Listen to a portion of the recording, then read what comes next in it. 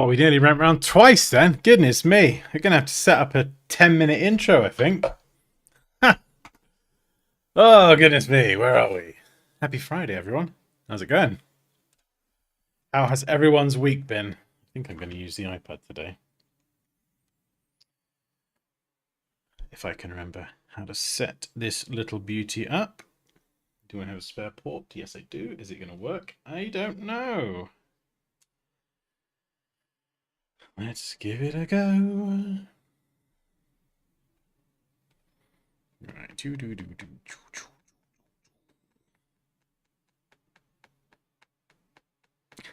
Yeah, I think maybe like a 10-minute, half an hour intro. Half an hour intro will be good.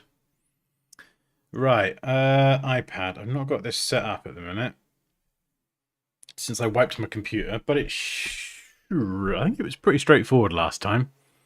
So, if we go add source, add a... Oh, bugger, what is it?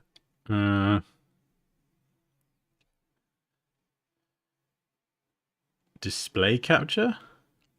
Let's try that. iPad. No, it's not coming up. How did I get the iPad on here? Let's try again. I'm using OBS. If anyone's got any tips on getting an iPad connected. Oh, this could be it. Ah, there we go.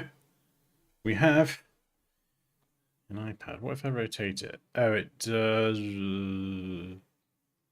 Yeah, okay. We'll do, what is it? Screen lock. So we'll lock the rotation. We don't want any of that flying around all over the place.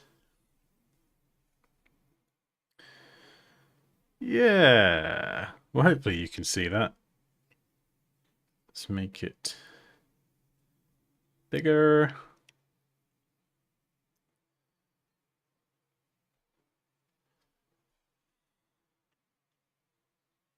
Ring the gong. I don't even know where the gong is. Oh, it's down here. Hang on. Oh shit, I've knocked it over. Right, we'll leave that alone. Goodness me. Can you see the iPad screen? Just to double, triple check. Yeah, this is kind of handy actually. I'll just stick it over the macOS screen. Andrea's joined the club. Thank you, Andrea.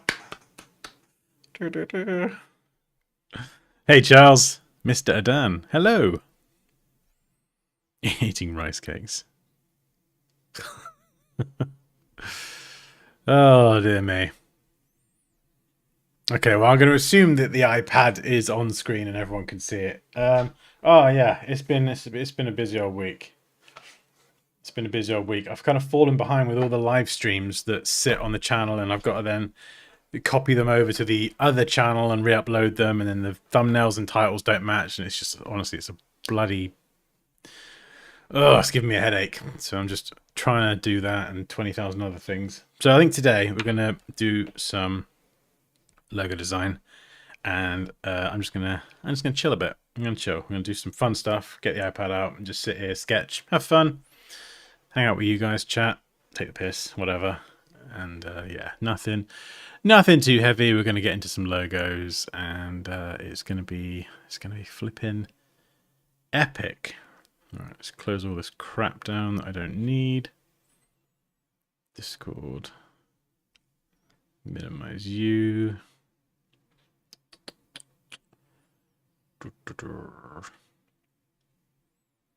Yeah, this should be good enough. Right. Oh, we need some good music. I need some music. Dang, what is some good music? I know. Let's put some strings on. Love a bit of strings. Right, let's close all these tabs down.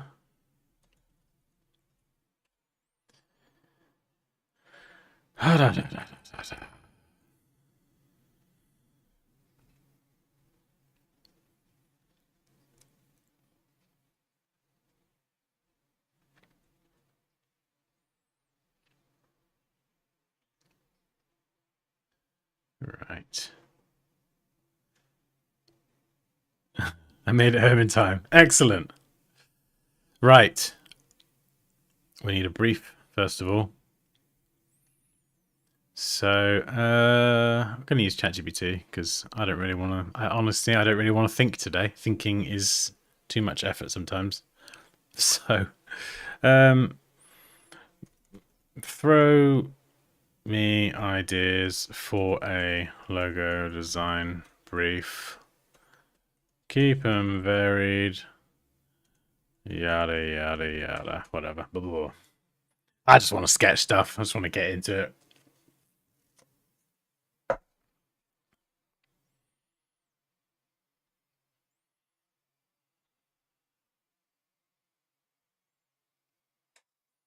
I've not heard the song about you and Andrea, but I heard the song about Kerry and his red shoes. Logo design, Andrea. Oh, hello, Nick. Feels like I haven't been here for ages. Happy I could be here now and hopefully not get called away. Yeah, anyone tries to call you away, tell them to sod off. Kinetics. Bark side. Fitness apparel. Ooh, kinetics. Solar energy. I kind of want something that has a really good, well, either a really cool, challenging, fun logo mark we can do, or something that can be a bit more type-led, which would be interesting and fun doing some custom lettering. But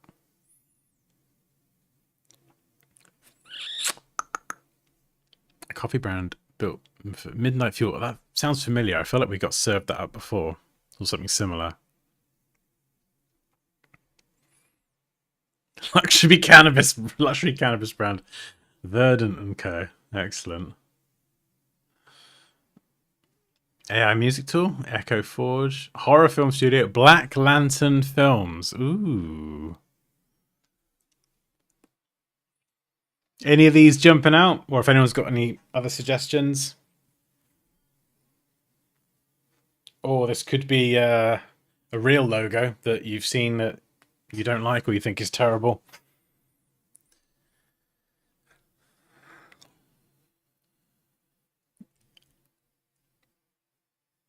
I have a logo that's giving me a hard time. Help. I mean, send it to hello@dansky.com. I might be able to pick it up and have a look at it. I make no promises, but if you want to send it there, we can have a gander.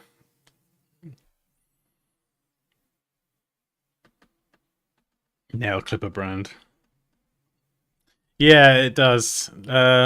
Let's get a bit more variety, more niche. Ugh.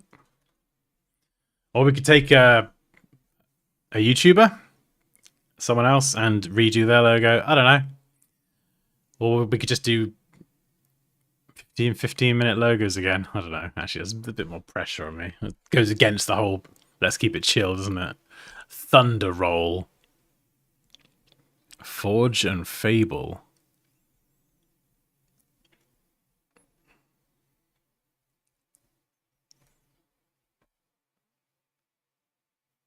Oh, no. All right. Hope you feel better, Andrea. Catch ye later.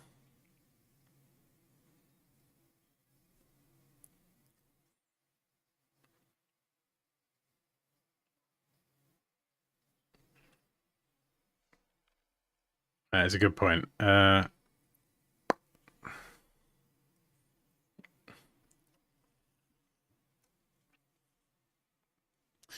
Press and dagger.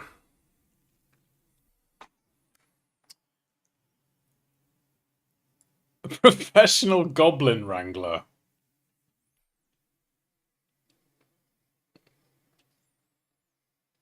Dark Leaf Society. Gothic tea subscription box. Victorian occult and elegant. Oh my goodness, that sounds interesting.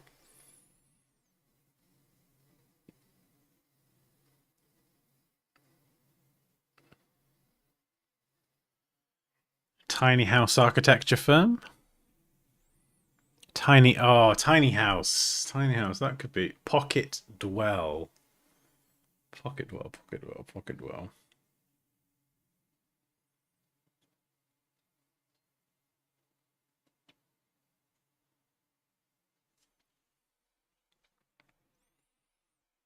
So many X and X names. Sup, nerd? I love tiny houses. Yeah, is that actually the term, isn't it? A tiny house. It's like almost like a box, a little self-contained box house. Because I remember when I went to the Netherlands in 2020, I stayed in a tiny house, and it was quite literally that: a bunch of bunk beds, kitchen. It was just amazing. They just look cute from the outside as well, literally like a little mini house. Probably hence the name, right? Yeah, that would be quite a tiny house. Pocket dwell. I'm not a massive fan of the name. They have different shapes. All right, let's. Can we get different brand names? That was in. Is it Stroe? Stroe. I did the Wim Hof weekend, the ice bath thing, and it was like a campsite around there, and everyone had their caravans, and they were like literally a couple of tiny houses, and I had the whole thing to myself. Compact and Co, Micronest, ModuHaus.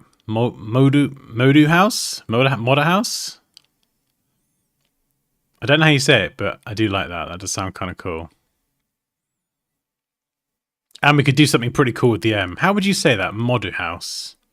How pronounce this? ModuHaus. Hauser. Das Hauser, yeah? That is actually house in German, isn't it? I think. Micro nest.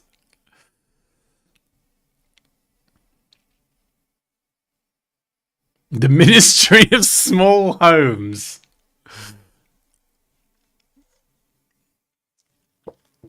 I'm getting ideas for the M. I kind of want to do something with an M. I'm gonna go with ModuHaus. ModuHaus. Okay, right. ModuHaus. Write me a quick design brief. Oh, one of the best. Yeah, it depends. Sometimes with the project, you're stuck with letters that don't work. Like if you get like a V and an A, you got your V and your A, and they just fit together perfectly. They can be connected perfectly. But if you've got some other letters, like I don't know, like a T and an E, for example, it's tricky. It's trickier. Kind of luck of the draw a bit, really. ModuHaus is a modern architecture studio. Yeah, I'm feeling this. I see a lot of architecture-related logos on the backs of vans lately, and they're terrible, and it irritates me. So I'm gonna do something architecture-related. Small, blah, blah, blah, blah, blah. Efficient, right? Well, we should probably write this down. Target audience. I mean, I don't want to get too hung up on a brief, to be honest. I actually just want to practice sketching and idea generation and just coming up with interesting ideas. So we will obviously keep the brief there. We'll have something, but I just want to make something that looks cool today and just relax, enjoy it. Do you know, I think the strings I'm listening to is just too epic. It's like music, like Conquer the World. I don't want to conquer the world today. I just want to relax. It's a Friday. Just let's all calm down.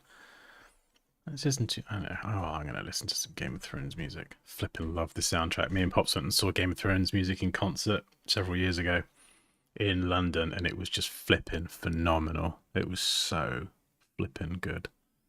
Seeing Light of the Seven performed live by, is it Ramin Djawadi? Oh my goodness. What a... It was just insane, Moosh. It was so insane. Probably got the videos somewhere. Yeah. They're just some of those songs that I never ever get bored of. You've got all the Starks music, which is kind of sad, bleak, cellos. You've got the Lannister music and the Light of the Seven, and there's so many iconic soundtracks. Jenny of Old Stones. All right, let's take the Fitbit off. Oh, goodness me. Okay, right, so we'll keep the main premise in mind. It's a modern architecture studio specializing in modern space-efficient microhomes. Clever and beautiful. Good, because I want to try something clever. Precision engineering with warm, livable design. Okay, so I'm going to play around with some M's. MMM. Let's get... Procreate's had a nice little update recently. Also, does anyone got any inside information on what's happening with this Affinity thing? Like, I don't think you can buy the Affinity stuff anymore. And they're like, ooh, Creative Freedom's coming on the 30th of October.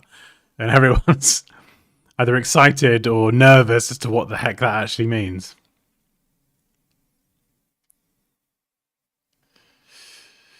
Oh, I mean, Game of Thrones season 1 to 6 for me is the best TV I think I've ever watched in my entire life. I loved it when it was just like the politics of the world and everything. I flipping loved all that. The backstabbing and the deception and the gameplay. It was so good. And then season 7 was kind of the beginning of the end, really. There's some good episodes in season 7, but and then by the end of season 8, it was just like predictable. It was like, okay. Yeah, I know. There were like...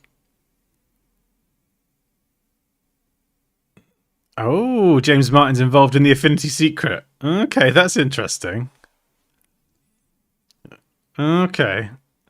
Yeah, that's interesting. Change it to a subscription, because I've heard a lot of people nervous about that. And I know James Martin, I think he left Adobe and went to Affinity and talked about it quite openly. So, I don't know. Subscriptions doesn't sound like creative freedom. And I would be, well, I don't know. Would I be surprised if a company did something that was bad for its customers? Probably not in this day and age, but but I don't know. It would be a big L if they were to go to subscriptions after they've started to build a name for themselves for being very, very pro-consumer. No, I don't think that would be a good idea.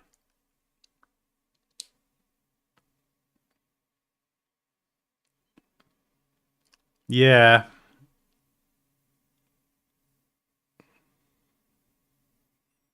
Did you see the Night of the Seven Kingdoms trailer? Ooh, no, what's that? Is that like a new thing, or?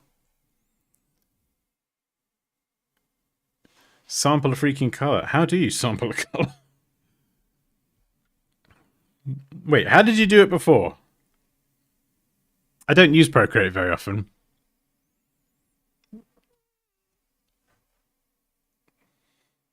They would, yes.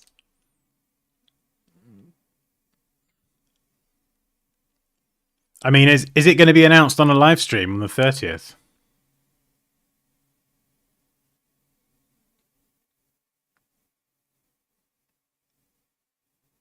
I wonder if they'll do AI.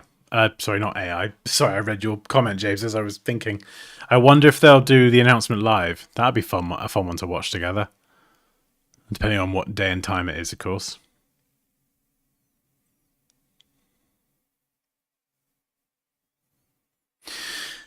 I think, yeah, I think if they were to do, I think if they did a subscription and you could buy it outright as well, and they still kind of keep that option in there.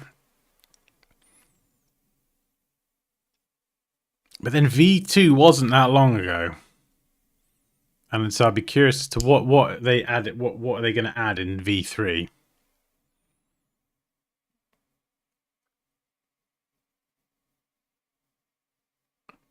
Oh, sorry. So you mean it's a spin-off set in the Game of Thrones world, but it's like a different. I've not seen that. No.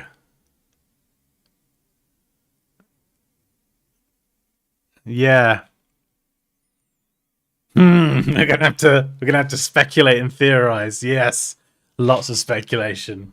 Anyway, as we chat and speculate, let's get some sketching done. Let's sketch some M's. So we're gonna try and do something cool, structural. When sketching this sort of stuff, it's very easy to draw blanks and just you can't think. You get creative block. Just do something. Just move your hand. You never know what's going to happen. So I've got no idea what I'm going to do here. None of this is pre-planned. So we're gonna sketch. We could do some house. So we've got walls. We've got stairs. Could we do part of the M as the stairs going up? How would that look if we had literal stairs? Could we do an M and then a roof? Is there an M in there somewhere? Maybe. Structural. So we could do M. We could do something interesting like this. We've got the two pieces of the M that kind of come together. Match the angles for the roof. Creates a diamond. Also kind of creates like a sort of isometric style shape as well. So we could go with a cube, tiny house. If it's the same sort of one I'm thinking of. Very boxy. And if you're new to logo design, don't expect to just kind of go in and bang out ideas. And if you can't think of anything, oh, I'm terrible. It's just like it's like when you start anything. Sometimes you will be bad at something when you start, but that doesn't mean once you've put in some time and work and you've worked on yourself and leveled up in that you're going to still be bad.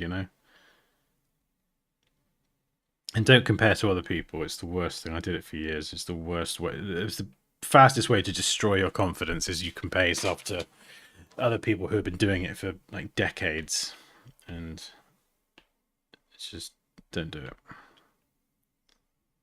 Yeah, it could be. There's an M in here somewhere. There's an M in there somewhere. What about an isometric one? So hang on. Ooh, hang on.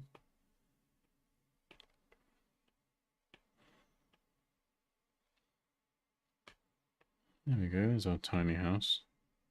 It does remind me of a logo I did a while ago, actually, that was like it was a food delivery service, and it was like an M, and it was boxed shape.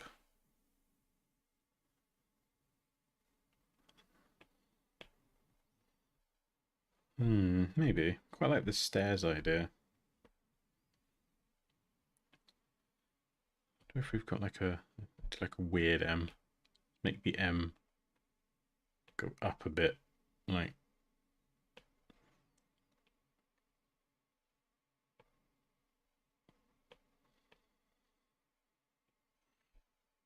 So kind of almost like you got the walls, the interior walls, maybe. And this would be, I think, well, what is it? ModuHaus. So we could do M and H.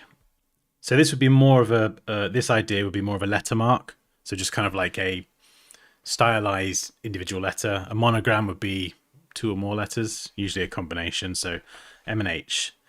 Does that work? Well, I could stack them. So we could, it's not really a tiny house anymore.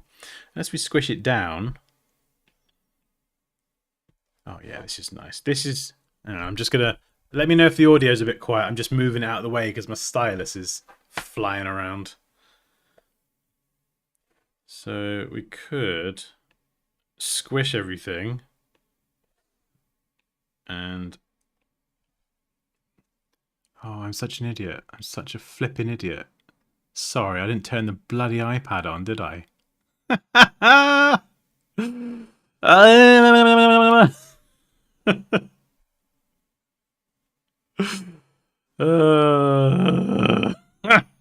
We don't talk about this. Anyway, these are my little sketches.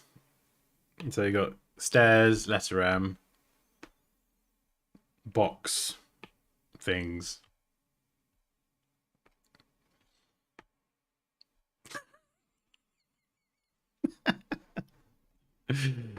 It's been a while. It's been a while, hasn't it? So we could do something like this, a bit more structural. Could be kind of cool.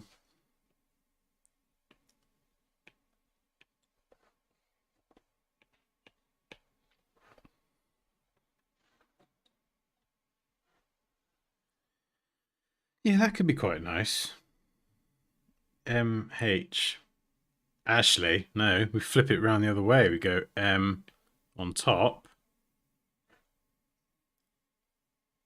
and then we do the H.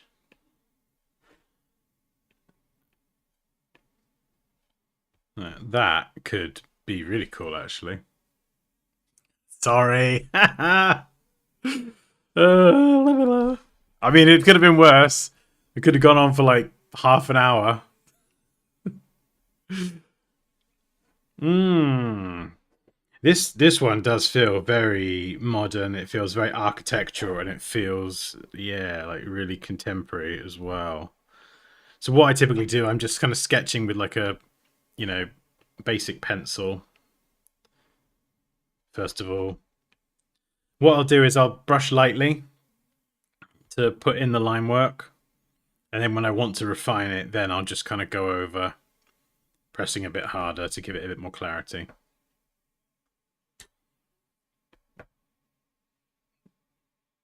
I do like that idea.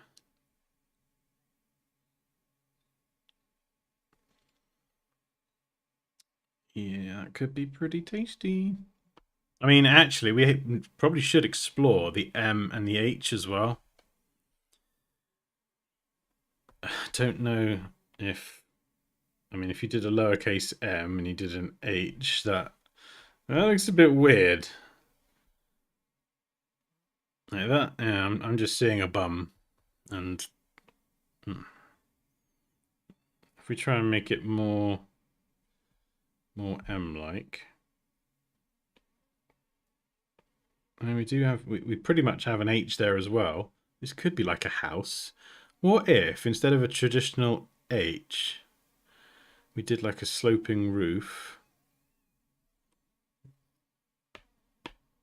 So that is our house. And then we've got our H going up there as a chimney.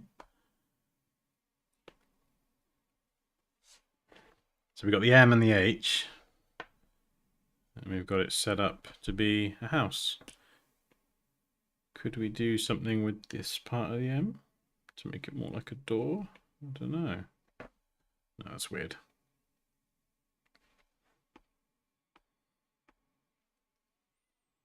Try an H inside the M. You think in uppercase? H inside an M. Okay, I got you. So what, like this? Oh yeah! Oh, I love that. Yes, that does fit the brief. So being very... what was it in the brief that I really liked about that? Modern architecture studio specializing in modular, space-efficient home, precision engineering, warm, livable design. Yeah, so it feels very structural. God, you're right, Moosh. M is a beautiful, a beautiful letter to work with, but the H as well is making it a lot better. Oh, I do like that. That is rather delicious. Let's see if we can take it a bit further and do something even weirder and wonderfuler. Wonderfuler? Go a bit wider. Add... Oh, I wonder if we could do the H like this. So let's... So the H... What about a curve? What about... Oh, what about a curve? Like that. And then we do... a curve like this.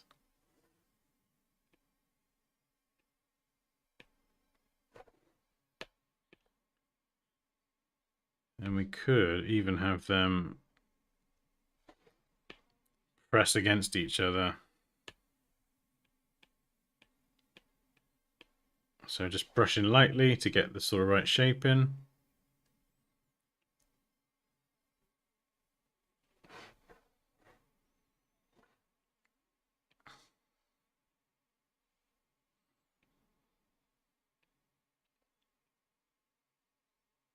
And try not to overthink this sort of part of the process as well. You know, some of your ideas are going to look terrible. And, you know, a lot of the time, no one's going to see it anyway. So it doesn't really matter. But, you know, so what if people see it anyway? You know, it's just like, you know, everyone's seeing all this stuff. I think it's very easy to not want to put out the sketches and the rough stuff, and a lot of people think it has to be perfect and precise. It doesn't, you know. And you know, at the end of the day, if you're posting your sketches and your rough ideas, and you know, I don't know, if someone were to just laugh at you and laugh at your sketches and say, you know, oh, these sketches are rubbish, blah blah blah, basically just ignore them because they're an idiot. So, you know, you're kind of laughing at raw idea generation, which, in my opinion, is just moronic. Yeah, that's quite cool. Sort of structure there. So yeah, don't be discouraged. You know. What if the M, where one point is up and the other side is down? Hey, David. Good morning indeed, or good afternoon, or no, it's the evening here. Goodness. And at last, the line up as the H reverse can show up. It's very difficult for me to understand the written stuff sometimes. So if you do want to email a sketch to me or post it in the Discord. Hello. Hello. I got your present. My present? I got your present. Have I got a present? You got flowers. You got me flowers! I got you 2 lots of flowers. Oh, why? Because I had to get you flowers. Why have I got flowers? Because someone told me to get you flowers. Who? I swear it was in the Discord or something. Did they? Yeah.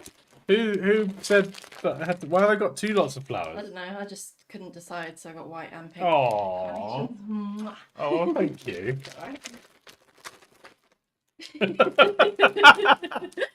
What? What? Okay.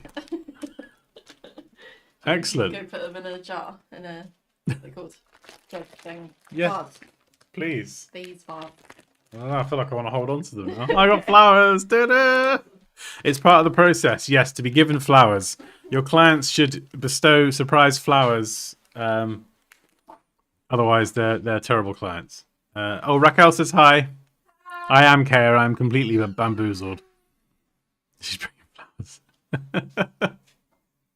No way. Is that love? I think it might be. I think it might be. I'm just going to throw the flowers down. Oh, can I throw this one at you? Do you reckon you could catch it from here? I'm going to throw it. I'm going to throw it. 5, 4, 3, 2, 1. Ah, you got it. And another one.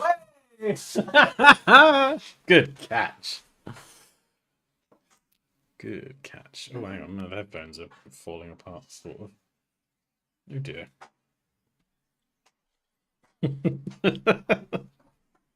Gets given flowers. 5 seconds later, throws flowers back. Yeah. Right. What are we doing? I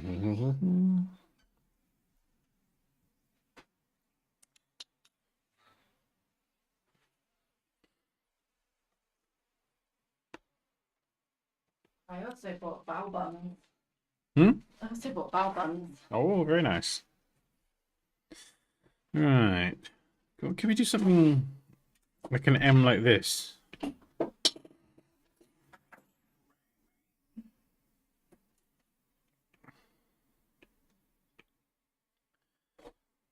I just got to check my iPad's still showing now. I'm paranoid.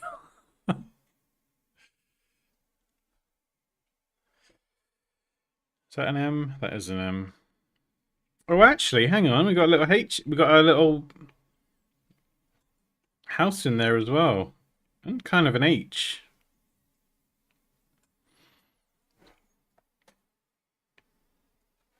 And an M. Sort of. We could try and add some cuts in certain places. Where would we add them? Maybe one there. No, see, that breaks the H. Maybe one there and one. No, that breaks the H.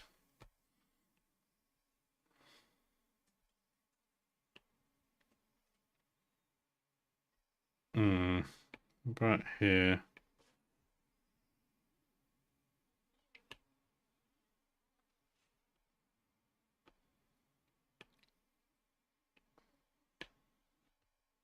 It can get a little bit abstract sometimes. Maybe the idea again where we had them sort of inside each other was kind of good. Unless we do it the other way around. We have the H on the outside.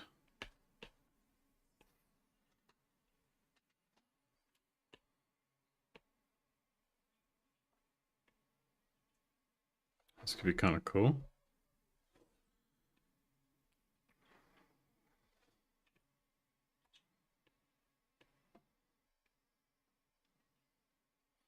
I think for the text, I already know what I'm going with. It's going to be like a modern sans serif font. Something really bold and chunky, I think. Maybe. I've got an image in my mind. It might be a serif, but I've got an image in my head of what I want. I think probably a chunky sans serif.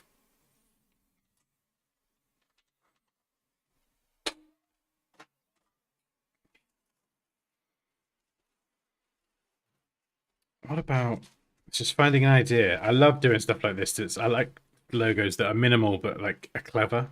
You know when you look at a logo and go, "Oh, that's really clever."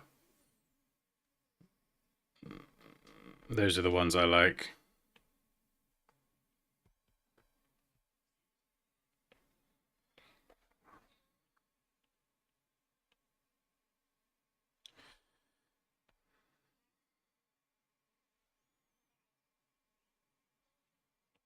H chimney.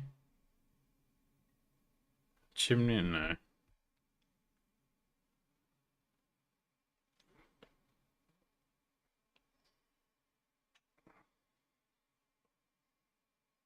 M chimney. H, no. Gmail, yeah, a little, probably yeah, a little bit.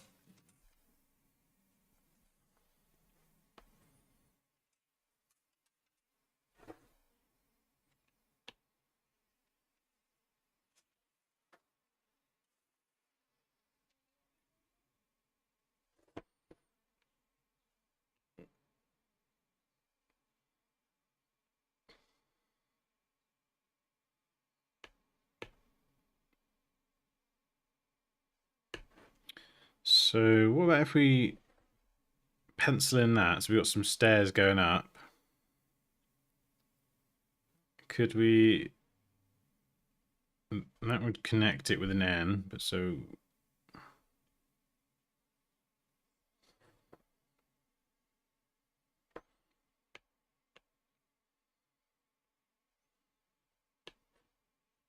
that'd be an M. Could you get away with that?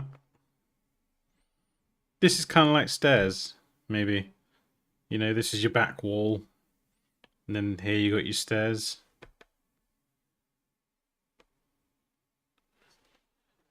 M, MH. What about if we trim away a bit here? No, too fragmented. H. Oh no, it's the Hodor music. Oh no. Hold the door. Oh, don't. I can't. It's just too much. Hodor, Hodor, Hodor.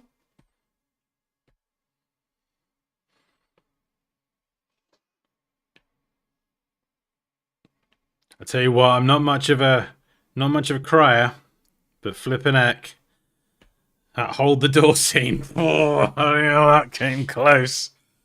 That was pulling on the old heartstrings.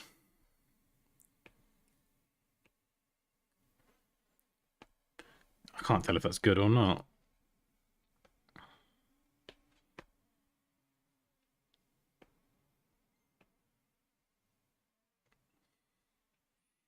Have you tried appending the H to the right side of the M, just like adding the horizontal line and one vertical line?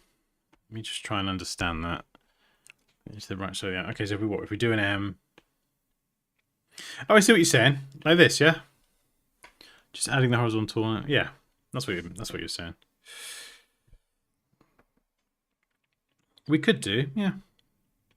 This would be more of a monogram because we're sort of combining those two letters.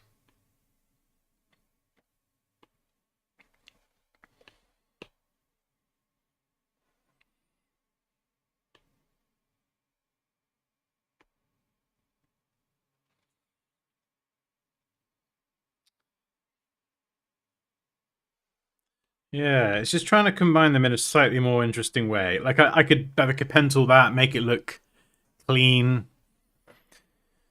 I could make it work. I kind of want to go a bit more. What about like?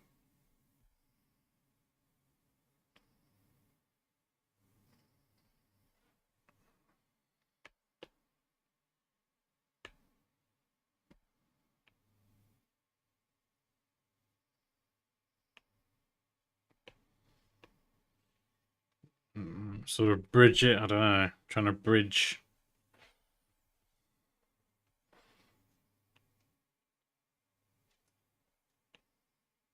I don't know. Yeah, no.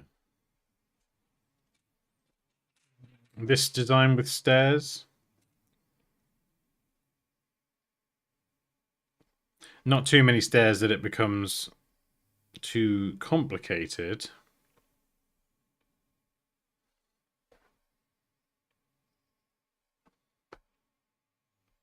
How are we going to make that work? Rob put. I don't know if you can hear me. Can you hear me? Did you say something? Yeah. Rob put the H inside the M, but only on one side, splitting the M in half. Splitting the M in half. Splitting. Right, hang on. I got to read these slowly. Put the H inside the M, but only on one side. Oh, right. Oh, hang on. Oh. Is this the sort of thing you meant? Very, That's clever. very structural.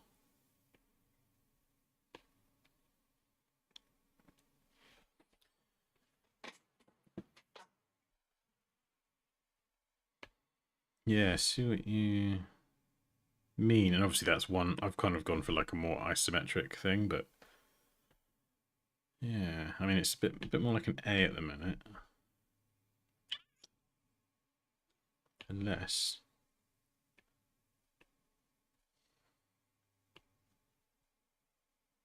we do something like this.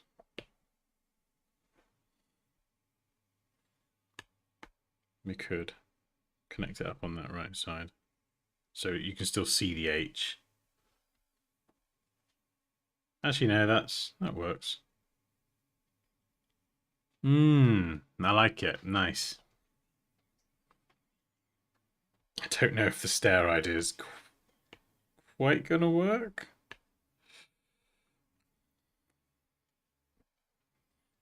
Let's do an H made out of some stairs.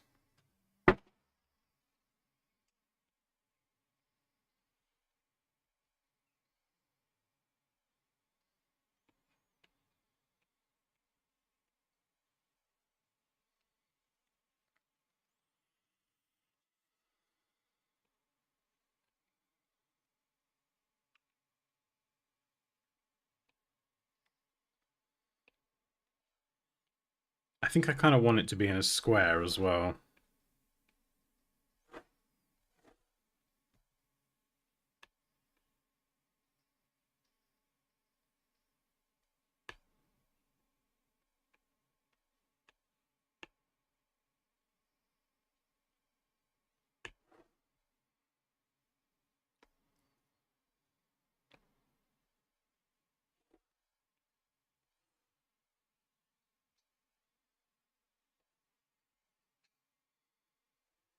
That could be kind of cool. I like it, but it looks like a book. I thought that.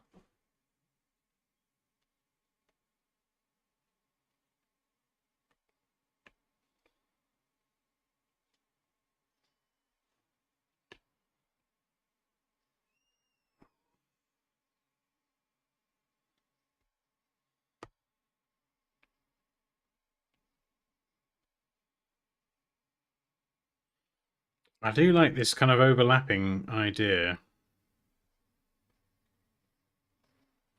You could make it very modern and minimal.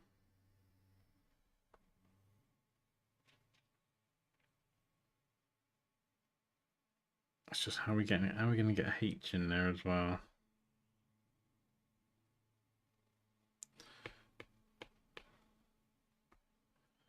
So we've got our M.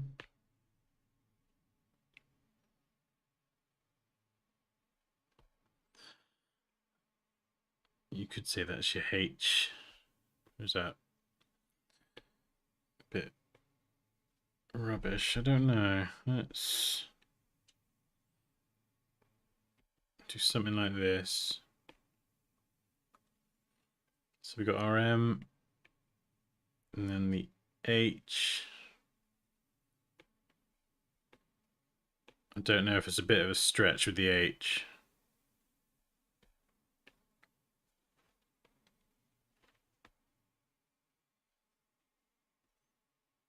What about if we did that and then we kept that separate? That could work. So there's kind of a gap. And it's a, oh, hang on. What's it called when you, it's a logo that you can rotate around. It's not an ambigram, is it? Or something. It's got a name. I forget what the flipping name is. But you could rotate it round and it still looks exactly the same. And there's our M and there's our H.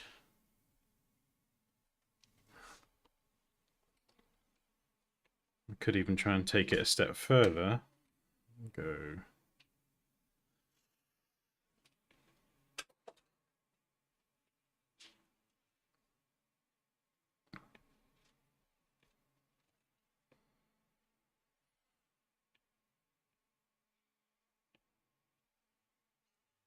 Just to reinforce the structural, architectural element a little bit more.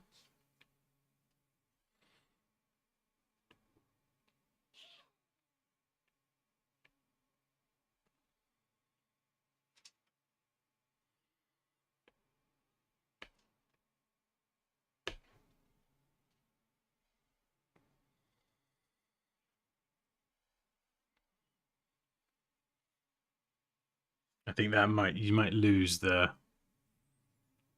M and the H a bit there. I'm seeing the book as well. Straight line across the bottom and combine the H into the M. Small letter could be as 2 steps. Oh, I see what you mean. So you got the shape of the H like that. So I suppose you kind of have, what, a couple, if we did a minimal H, do a couple stairs there.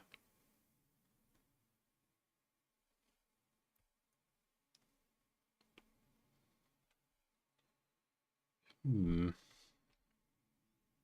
that would be very, very minimal, wouldn't it? Leaning more into the H than the M.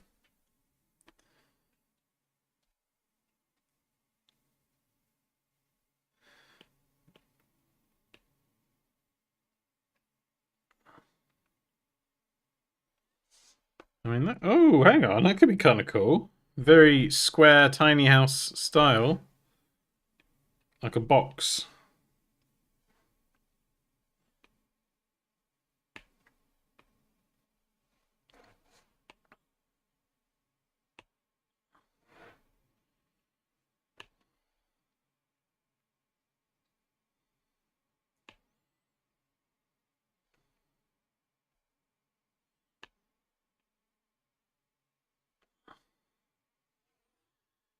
I mean, actually,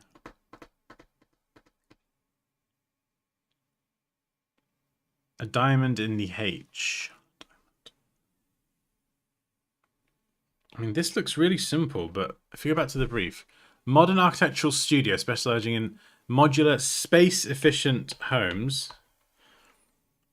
microhomes, small-scale living, clever and beautiful, merging precision engineering with warm level design.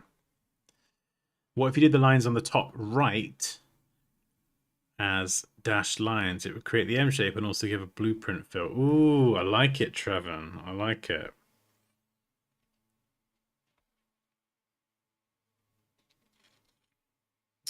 Okay, so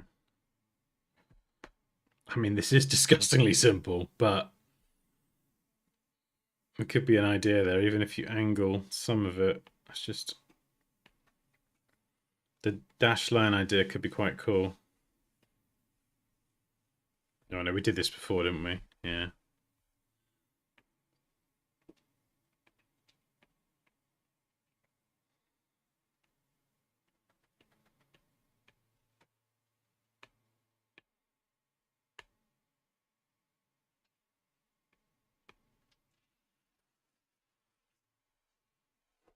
Let's try it. Yeah.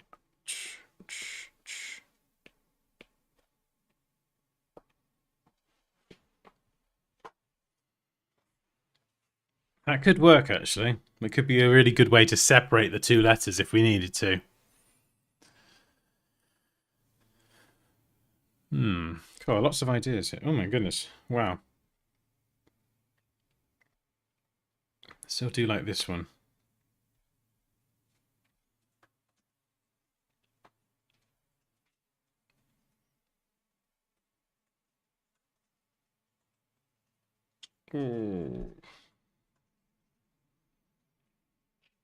Are you using GPT-5 for ideas? Not for these ideas. These ones are coming from my brain and from you guys.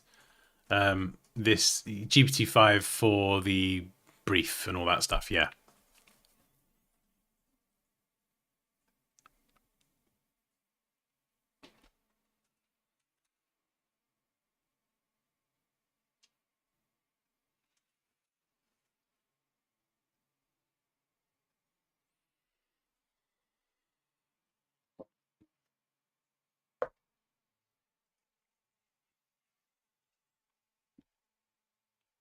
Oh yeah, the video's just gone up on the channel.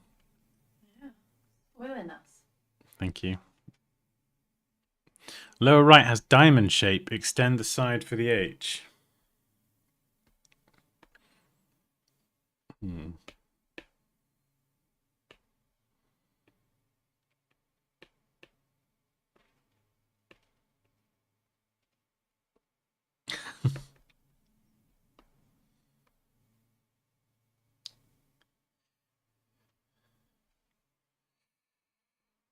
What about?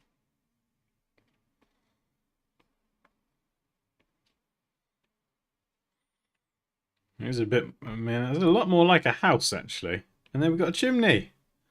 Ha! Come on, look at that. Could you get more perfect? Chimney. Got the roof. We got the H. We got the bedroom separation, different rooms. That is it. That is the one.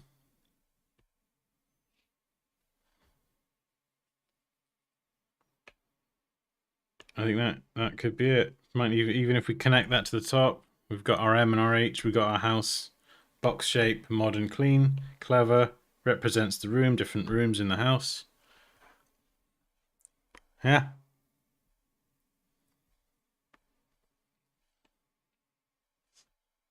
Yeah, got a good feeling about that. And sometimes I get that. You know, you'll work on a concept and you'll go, "Yep, bang, that's the one." The execution, yeah, refined, but this is a direction that's definitely got potential. Just the way it encapsulates the letters, the house, and even the different rooms and the sort of modular aspect of it. Oh my god, the triumphant music just kicked in from Game of Thrones. Just as I got the idea. Do, do, dun, dun, dun, dun, dun, dun. To victory! Oh dear. It just makes logo design so much more epic. God, Jesus. I feel like I want to lead some sort of war charge. Oh dear. Let's calm down, Dan. Oh, the timing just couldn't have been better. Make a letter and cut horizontally for negative space with the H letter. No, you got, yeah, it's just copyright music. It's Game of Thrones music. Yeah, like these little details here. This is all stuff that we can refine. Flat top chimney. Do you slope and match the angle? You know, probably flat top like that. Just so it's a little bit more typographically aligned with an M. And also a chimney would typically be flat. Well, a traditional chimney. So that is what I'm going to work on now. So we may as well actually jump into Illustrator. This is pretty straightforward. What I'd normally do is I would... in fact, actually, no, let's... Yeah, I'm going to screenshot what I've done in Procreate. And we'll... Oh, no. Just got rid of it. Where's the... God's sake. Why is it not... I'm trying to screenshot it. There we go. Sorry, I'm just being an idiot. We'll bring this into Illustrator. Usually I would do this because sometimes tracing over your sketches is going to be a bit easier. Right. Okay, we're done with the iPad now, so let's get rid of that. And then go in here, grab this, stick it there, and it should land on the MacBook Pro. So it can be a bit easier to trace over. So now we've got to switch over to Monsieur Pen d'Asplats.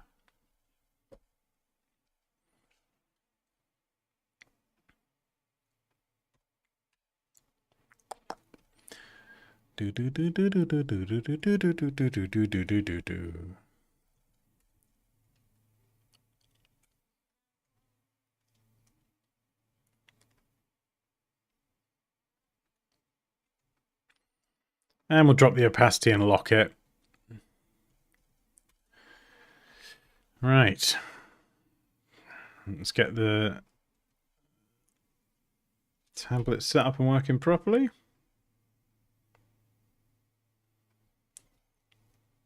Oh yeah, I've not even mentioned, if you're enjoying this and you want to learn how to do different types of logo design, or you want to learn Photoshop with me, I've got 2 different types of courses. The beginner to intermediate courses for Photoshop and Illustrator, and the advanced ones. The advanced ones will teach you the best of what I am able to teach with Illustrator and Photoshop. So they start at an advanced level and will go through to, you know, the best stuff I can teach, whether it's logos, photo manipulation, whatever. Right, let's move the mic because it's in the way. Okay, there we go. So yeah, the link at the top of the chat is the first Illustrator course, and that's a really good place to start if you're new or you want to get a solid understanding of the fundamentals. But the masterclasses are more people who have a good understanding and they want to just take it further. Right, well, this is going to be incredibly basic to create. So we could use the pen tool here, but we're not going to. We're going to use basic shapes. This is a technique that I demonstrated in some recent videos. I had a few people recently comment on those videos saying, like, oh, instead of using these shapes to create logo design, you should try image trace. It's just kind of like, what? Shut up. No, do not use image trace for logo design, no matter what anyone tells you. Unless you're illustrating, like, you know, Janet's local cottage and she wants like a super detailed illustration or whatever, you could use live trace there, but even then, yeah, don't use that for logo design.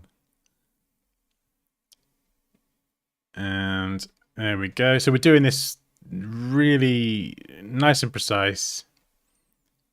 What I would probably do is sketch more ideas typically if I had more time, but I am feeling very, very confident with this one. We can bump the weight as well. Ignore the weird crossover point here. We can fix that. Ooh, How do we... Yeah. We can find another way. So if you can't adjust the mitre to fix that corner, and let's say you don't want to round off the corners, I would normally do that because I love that style, but I feel like squarer edges are going to reinforce the whole architectural element. So for this, what we're going to do is we're going to need to connect the two top ones to create that point. So we're going to get rid of those verticals, move it back in, join those points to create that. And then here, we're going to find that central point. Sometimes when you do this, you'll connect it to a point and then it joins it up. If you don't want to join it up, this is a trick I use all the time. Just do this. Make a random piece with 2 points and then use the direct selection tool to move it into position. Now in this case, we probably will want to... Actually, no, we'll extend this further. And we'll snap it down there. So now we've not joined these pieces up, but we do have clean geometry here. And that's important because once you've got clean geometry and you're still working with strokes, never do this sort of stuff with a fill. Now we can change the weight. And this is something that I do a lot with logos.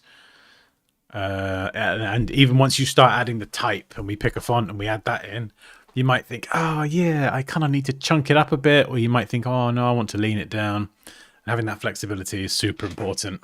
And you want to be able to change the stroke weight without things buggering up and going all weird. So that's why getting everything lined up in this outline mode, Command or Control Y. To join Cal, the two shortcuts is Command or Control J. So if you go to Object, Path, Join. But yeah, you want your geometry in outline mode up here to be super precise, just because you're just going to get a better end result, you know. So that's why I'm always a big champion. If you're going for this sort of modern clean style, I'm always going to champion using basic shapes, lines, arcs, squares, and ellipses or circles, because you just get a better result than pen tooling everything. And then I've got to decide now if we're going to keep... Yeah, to reinforce the M, we're probably going to leave that off. And maybe could go... Ooh, yeah. So this is what I was talking about. You want to play around with the weight. Maybe chunk it up there.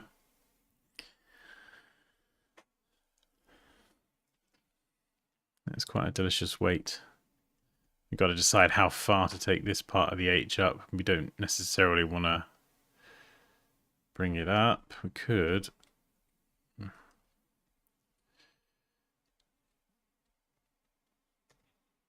Yeah, that's maybe a pinch too much. We can kind of fine tune that because it's not really lining up to anything, so we don't have to worry too much. And then the H here, I suppose we could adjust the position of that. We could manually move this around to make this area here and this area feel a bit more balanced. So we'll do a couple of different versions. This is what I do. I just duplicate a copy out and keep adjusting. So we're kind of trying to optically balance the white space in the top and the bottom. Yeah, maybe just a pinch up. That looks pretty good. So then what I'm going to do now is just move this on a bit.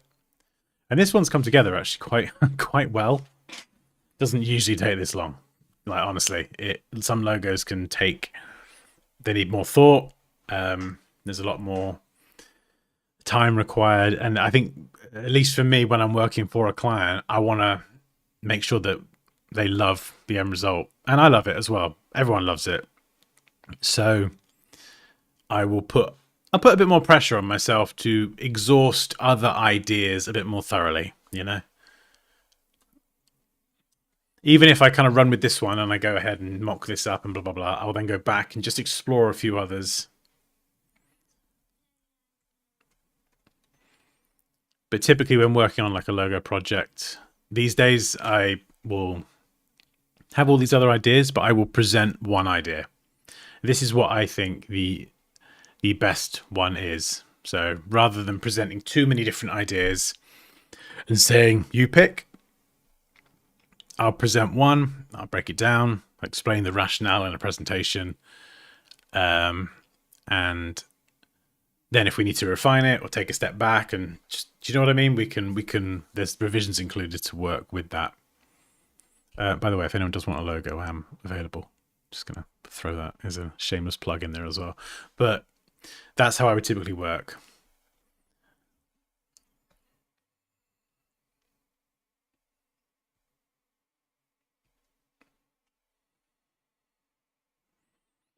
Back in the day, I did used to send like, oh my goodness, I've got a client. Maybe I could show you one day where I sent like 8 different versions, and it was just you're just asking for trouble because you're sort of effectively by I think sending over so many versions, it's saying to the client, you pick, and then they get more involved in saying, can we take that bit of that one and move it around? And before you know it, they're not looking at you as the expert anymore, and they're making creative choices, and they don't know what they're doing, and you end up just, being puppeteered really. Whereas I think when you show maybe 1 or 2 or just a smaller selection of designs, I think, along with other things, you're showing that you're the expert, you do know what you're talking about, and there's a reason why I'm not sending you like a whole bunch of designs, because this is the one that I think is right for you, your brand, your business, and that fulfills the brief.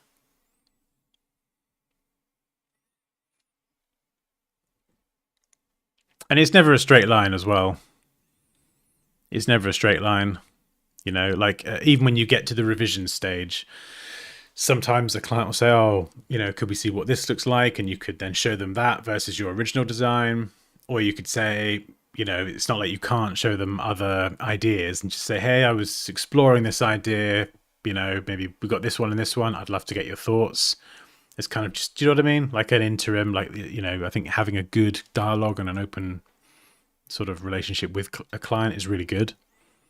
And I think to some level, it kind of, it depends on the client, but I think sometimes it's not, they like to feel involved. They like to feel involved. Of course, it is going to be their logo after all, but you're still kind of cementing yourself as the expert, if that makes sense. Logos, design, but they understand their business. So it's very much like a collaborative effort. No, exactly. Yeah. 25. If you're asking for trouble there.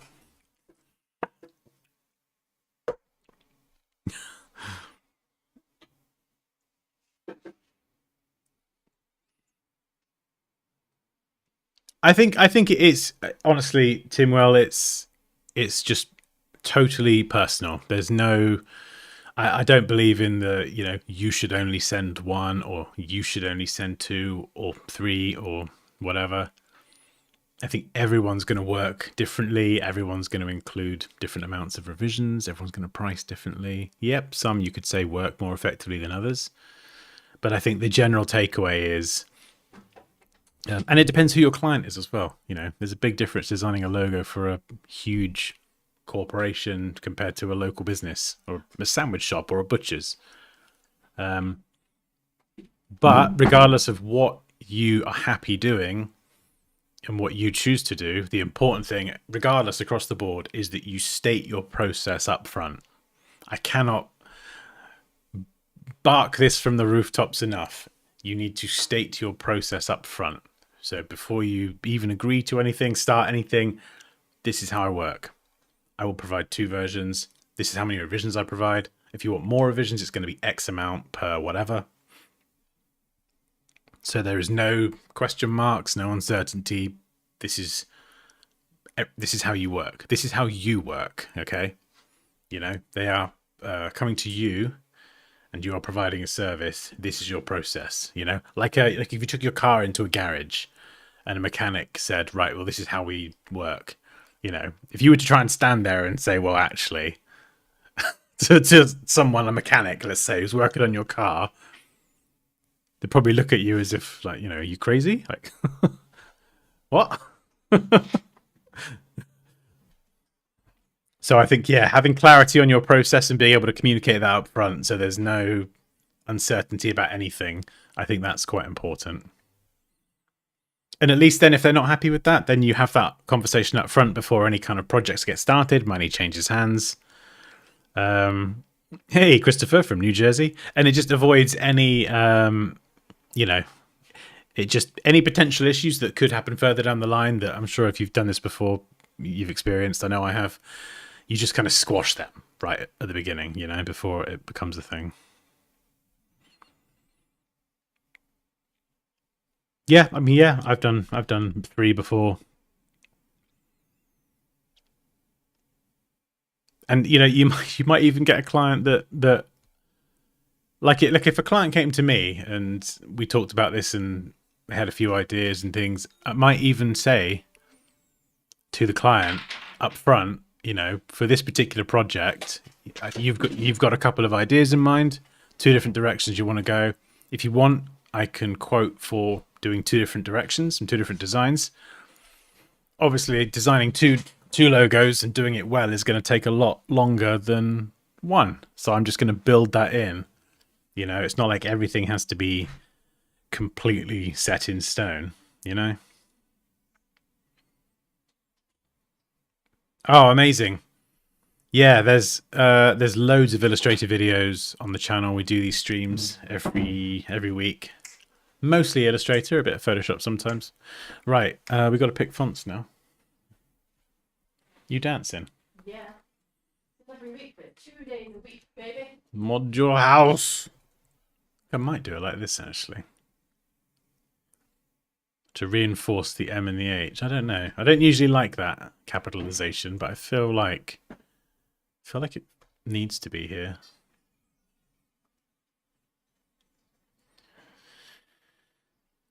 Oh, that's all right, Nick. That's all right. You are welcome.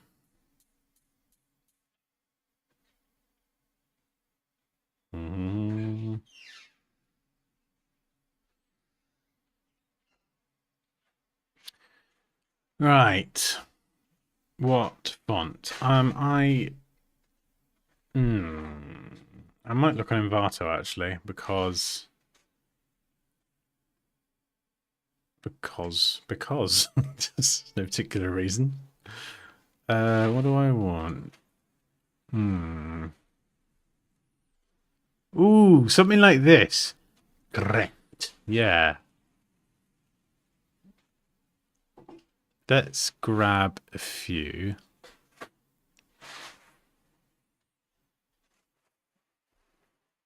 ModuHaus. Just Sans. Have I got that already? I feel like I'm... Yeah, I do. Oh, is that a variable one? Oh, no, it's only the weight. But that is good. That is good. I just wish I had a bit more. Yeah, that's sort of what I want. We could customize the M to fit a bit more with the thing, but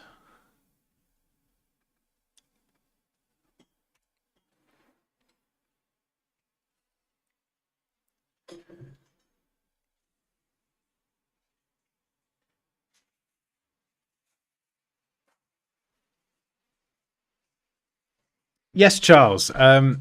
If you want to watch these, this link will still be active. So if you want to watch this stream another time, just save the link.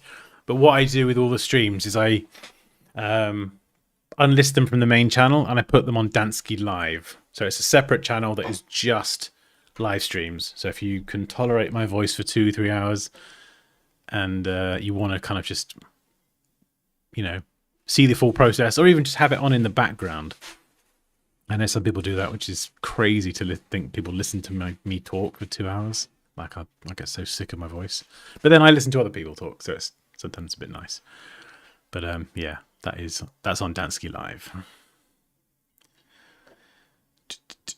In fact, probably should even start streaming on Dansky Live at some point on that dedicated channel. Maybe we'll do that next week. We'll try it out. So yeah, just a heads up to if you want to. Yeah, in fact, I've been meaning to do that actually, to kind of try and sort of separate the live stuff a little bit. It makes it so much easier for me. So I will link the channel actually. So if you want to catch, you don't want to miss any live stuff, this is where it will be. Okay, where were we? Envato. So we got Grift. That's nice. Oh, I wish I could preview it. We could do it with fonts.adobe.com. So what we'll do is we'll go browse all. We'll type in the text.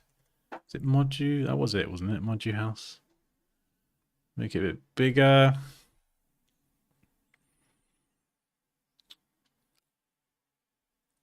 Sans serif. I don't know why I can't multi-select here and filter out. That's really silly. That should be. It should be the standard. I'm kind of thinking chunky. We're going to go for a list view as well, because it can't fit it in.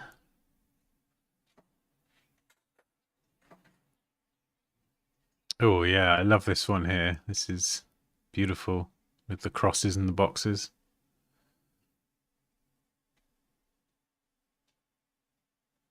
Contrast.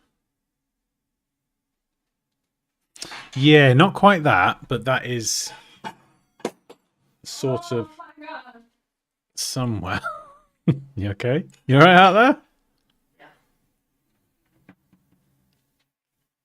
Yeah. Ooh, it's got some nice characters. Ooh. Modern, do I want... Yes, maybe let's get rid of that one. Inclusive sans. Oh, bloody inclusive sans. Oh, we're not even signed in. Okay, all right, bear with. Oh, and now I'm throwing my stylus on the floor.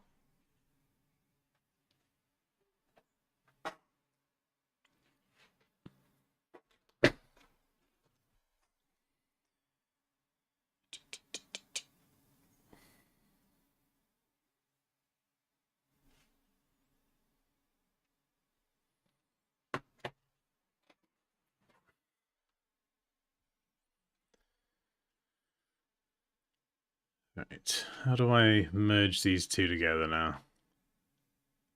Any Chrome users know how I can merge the tabs together?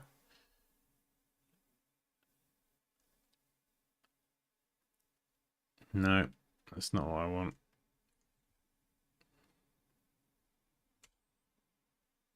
Oh. Cute. Oh, what was it? Inclusive sans. Where you gone?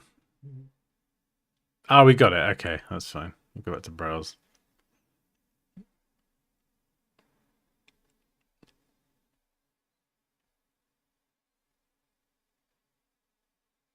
Racing Sans 1. No, come on, Dan. Not there.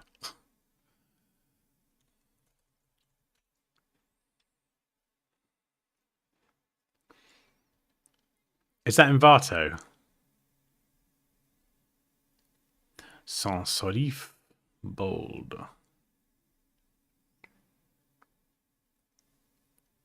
Brush tones. It's good. Good Halloween font. ModuHaus. That's interesting. Interesting M.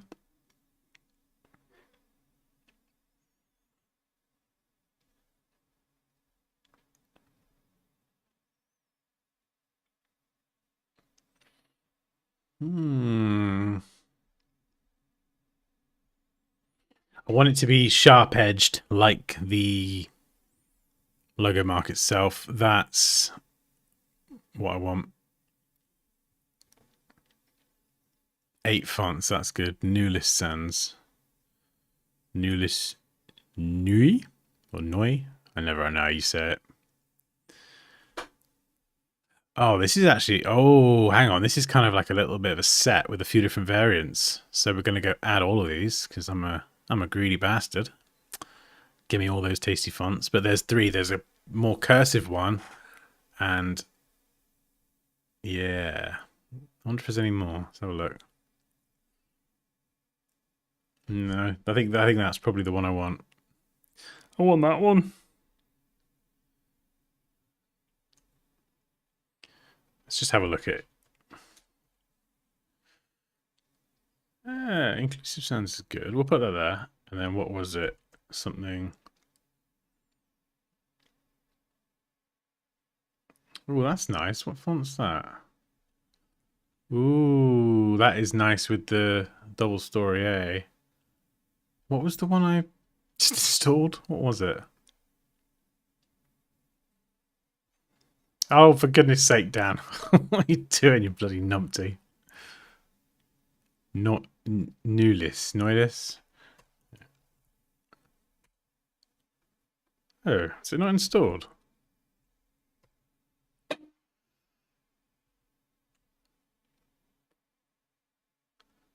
Yeah, where is it?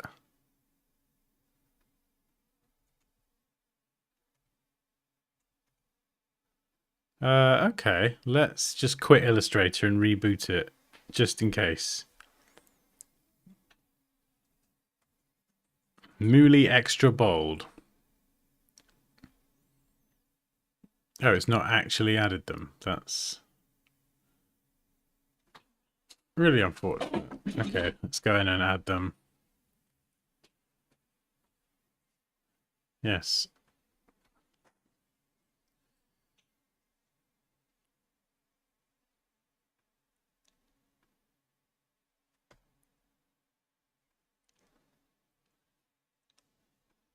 Let's try again. There we go.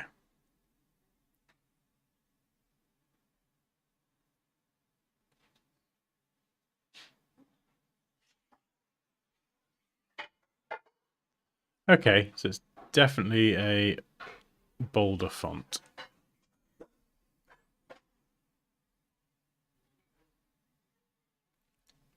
I might bump the tracking down as well, just to bring the letters a bit closer together.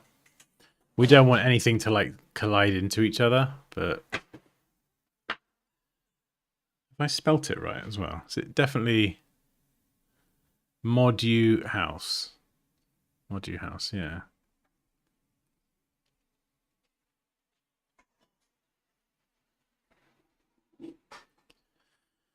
Let's just try something a sec.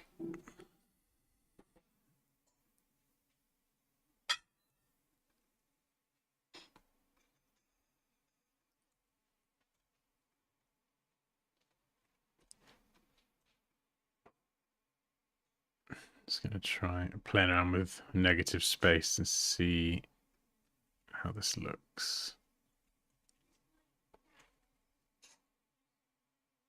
Yeah, it looks a bit weird.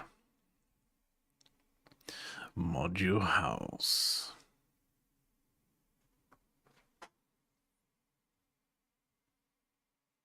Yeah, that's a much better H, I think, than the other one.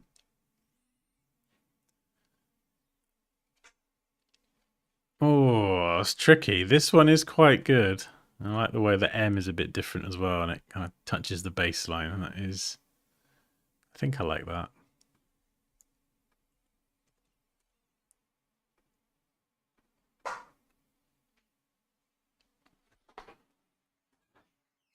And with this, you can go in sometimes and customize letters. I don't know if I'll do it here, actually. Sometimes taking an existing font that's been, you know, typeset correctly and everything by a professional typographer, you can go in and just customize a few elements and make it completely unique.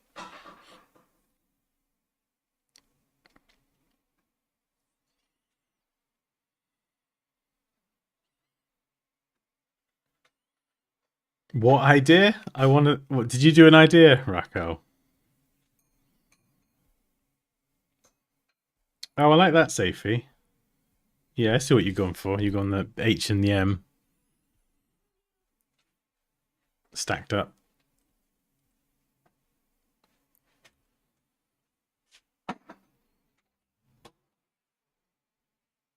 Yeah, this is nice. Let's go -25. And sizing. So this is the part where we can go back and we can adjust things. So we could make this thinner if we wanted. It depends how you want to do it. You can try and match the weight of the type in the logo mark, or you can create some contrast, have one lighter than the other.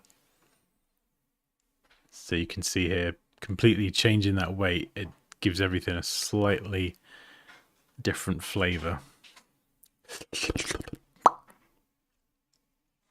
And we could even just add a... We could even just add a flat bit here that this isn't anything, but it is separate to the M and the H. So, you know, adding like another structural element. I do quite like that, actually. Surface or no surface? Well, you could add it down there. We do like that. And rather than guess the spacing, I'm just going to... I do this a lot as well. I'm just going to use the same width as all the other lines. Because why not? Why eyeball it when you've got, you know, the entire logo is a monoline style logo. So you may as well just use that same width in other places. Bring you down a pinch. It does get a bit tricky when we're trying to line this up now. So do we line, what we're going to line up to? We're going to line up the M to this corner here. We want it to feel balanced and central.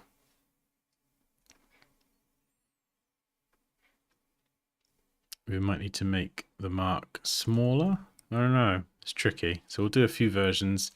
For the spacing here between the mark and the type, instead of just guessing it, what you can do is take, this is just one thing you can do, is you can take the width of one of your characters. So if we just grab, this is a lot of characters, you can see they're around about this weight, this width. And we can just use that as a rough kind of guide to determine the spacing. Now you don't have to, take it with a grain of salt, but that is one technique. If you're not sure and you're just guessing, that is one technique that you can use.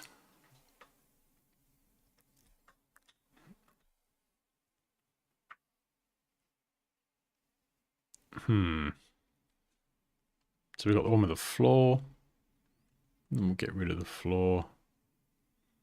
It's tricky. It's tricky knowing what to line this up to. Do we do like a flatter version? Like that. I think I might keep it more pointy.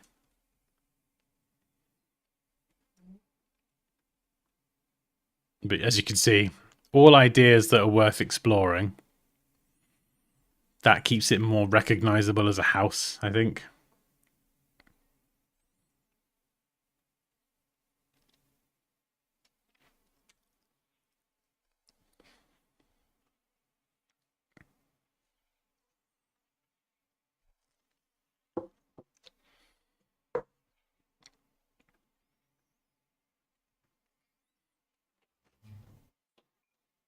Yeah, I mean, that is still something we could do. I mean, yeah. Someone just said, not going to lie, for me, it looks like an NA or an RA. So let's go in another direction. Let's actually just bring that down and reinforce it. What we're lining up to here. Yeah. And then we will move this down. Maybe a bit. So this still sits here like an H.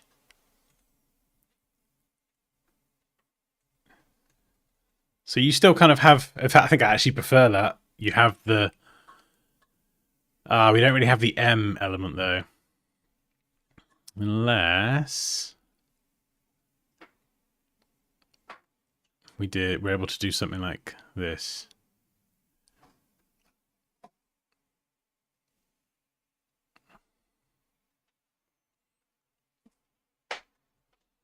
So with this, we probably would end up with a few different variants of it. Yeah, there's no M at the minute. It's an N. It's a little bit of a problem.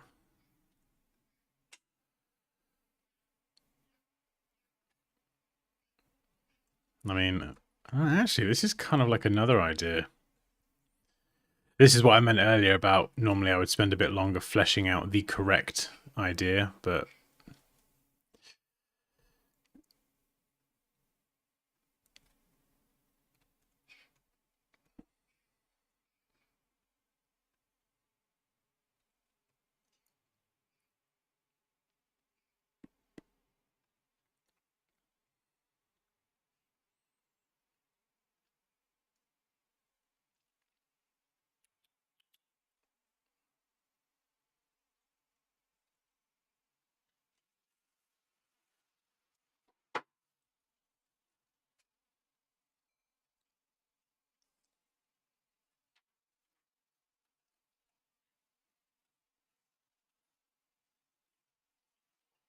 yeah, I'm not gonna lie, Andrea. I was thinking the same thing. I wasn't gonna say anything. I thought I'd see if anyone else said it. It was gonna be either you or Raquel, and don't even. Obviously, we definitely do not want to do that. That is gonna be highly sus and inappropriate. I was thinking to myself, it definitely looks sus. If someone else says it, we'll see if anyone says it. I mean, it's a bit fancy.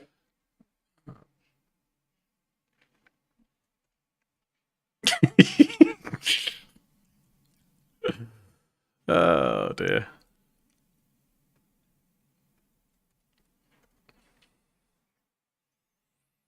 I don't mind it like that. Completely separated. Oh, I love this. Why can't we? Can we change the name to ModuHaus? There's got to be a way to make something like this work. How can we do that? Yeah, this. I mean, this something like this could work. Maybe we do this, and then we've still got the N coming down. Again, this gap, I'm not going to just guess it. I'm going to use the same weight. So what is that? 3 points?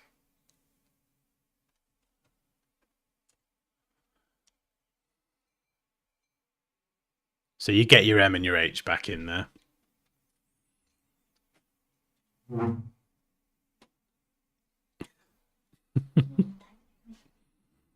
A bit sus, yeah.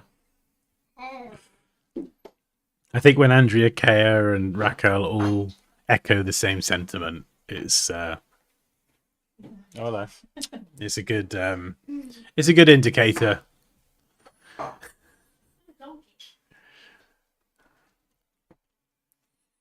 Alright. Let's get rid of that. Get rid of that. Just before we charge too far ahead, I just want to play around with some other ideas that are kind of very similar. So we'll squish that down.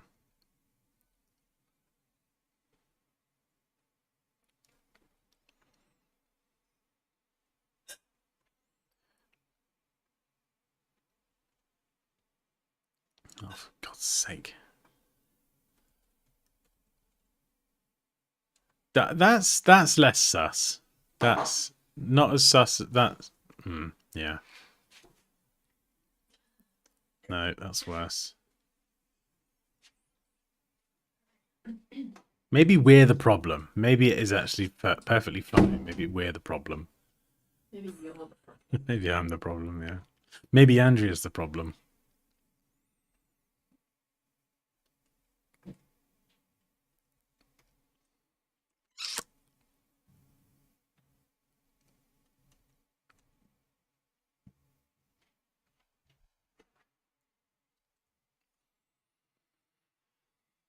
Ooh, okay. I like what you've done with the M and the H. It's a little bit different. Font oblong OT.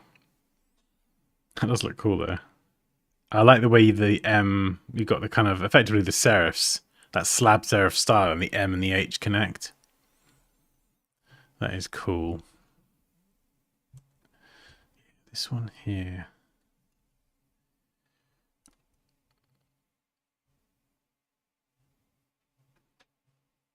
I mean, there's so many different ways you could go with it. We could do something like this.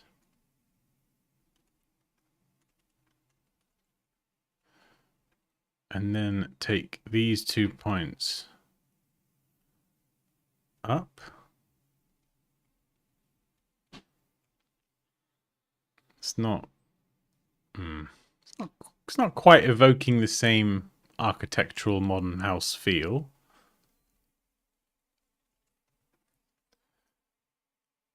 That is a bit more. I think this just...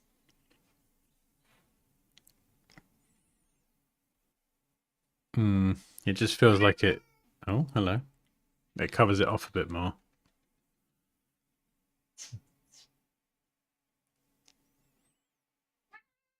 Well, no, there's a couple of them. Do I like that one? Or do I prefer the original, actually? You know. Because you got your M in there. It's not sus. You got your H. I don't know. Maybe that one.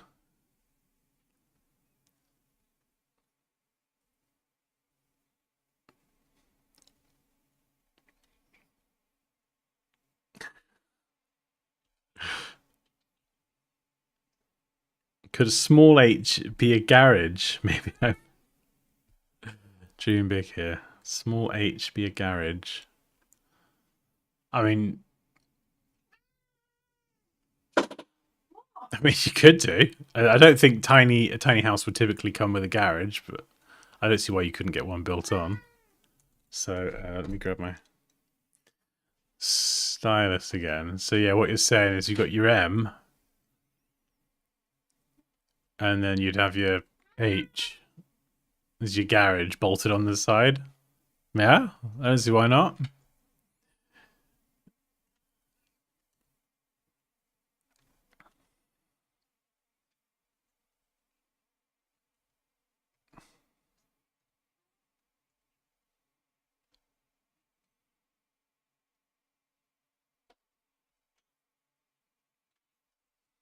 Sloping garage?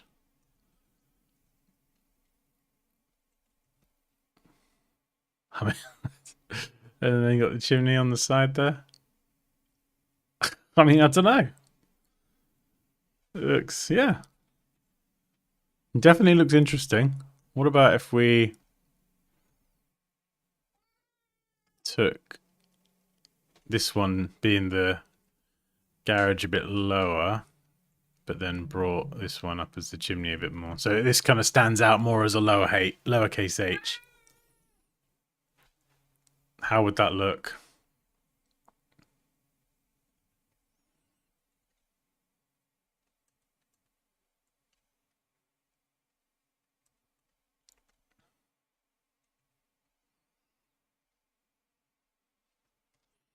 Definitely makes the lining easier. Ooh. Tiny houses, big garages.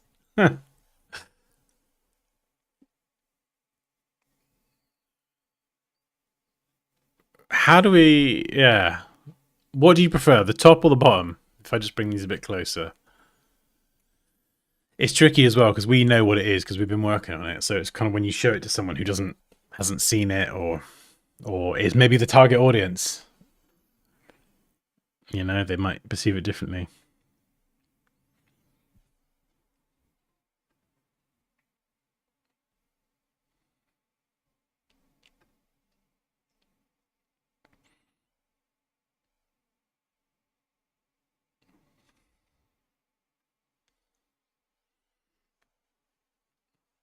Really?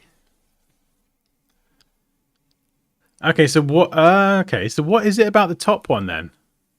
Just out of interest. More contemporary. Adobe Illustrator.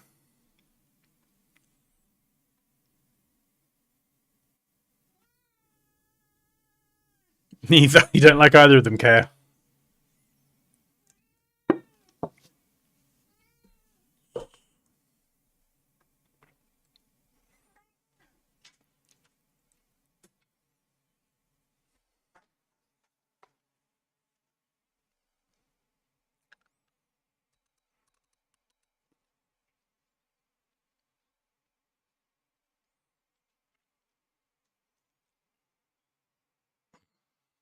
I like the top one because of the shape, but the bottom one fits the brief better.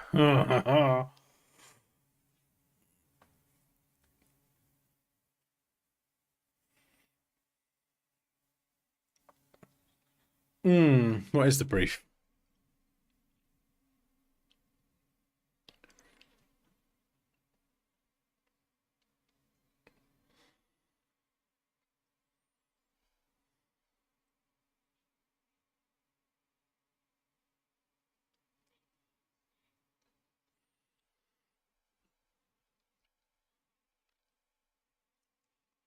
Modular. Spaces that can evolve. Clean lines of human warmth. Future focused construction.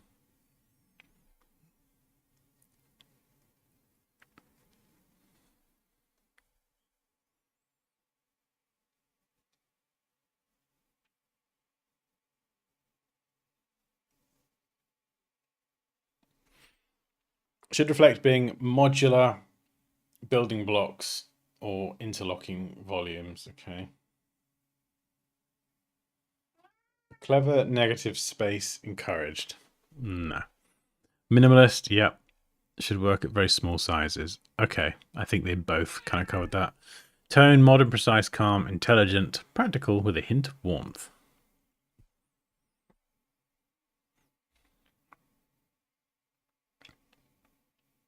Yeah, that's all. That's all fine. Ooh. Yeah. I mean, I think they both, to some level, cover off the modular element.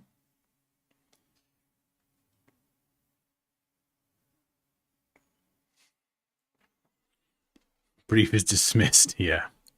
Encouraged. I'll take your encouraging suggestion under advisement. So I'm going to put such a going on. I feel there's a more clever idea. Very close.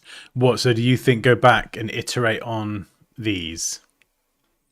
Or go back even further?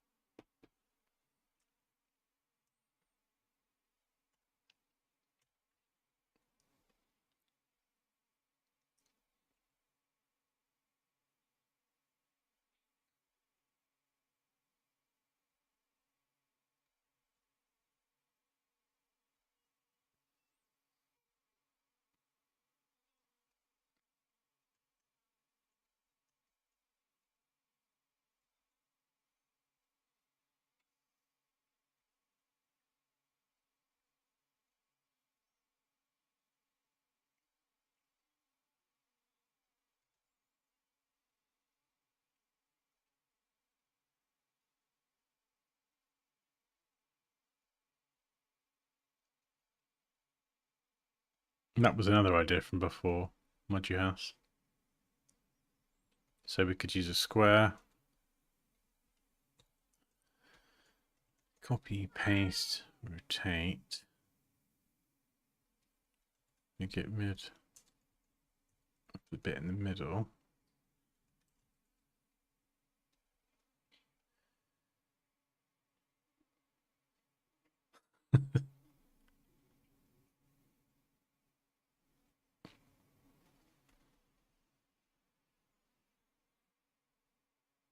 Back to the table.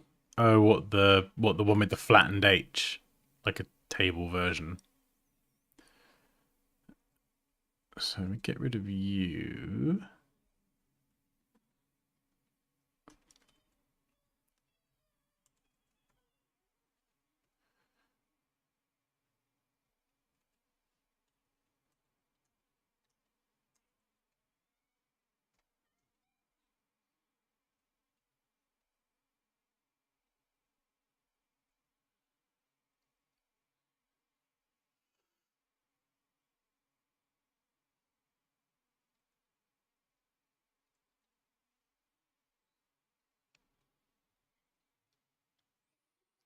What are we doing here, Dan?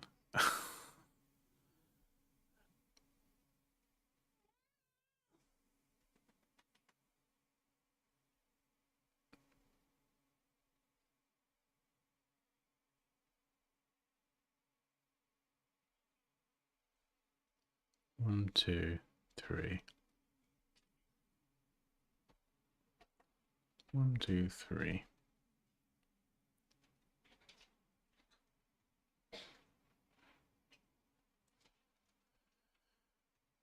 Just trying to match all the angles up and everything.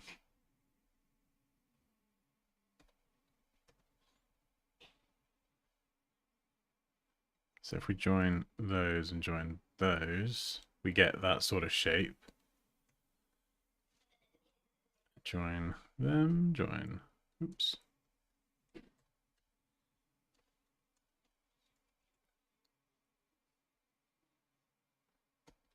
If we're going to give this idea a go, let's execute it properly.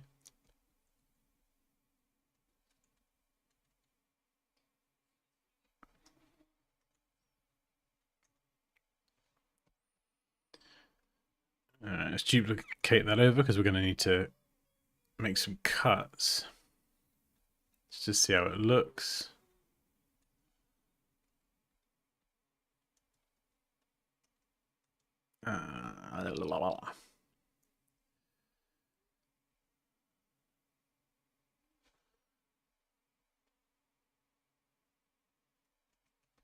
We can clean that up in a minute if it's... oh, wait, no, hang on. It would be...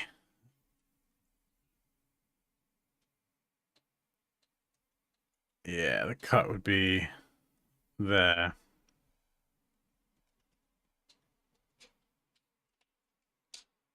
So it'd be kind of like that, but obviously a bit cleaner. Like an M and an H.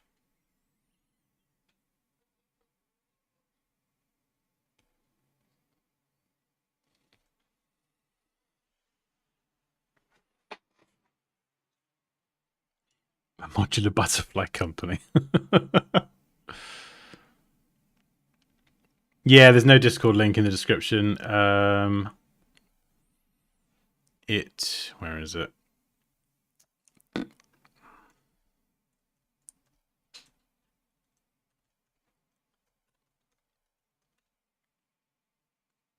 Yeah, here you go.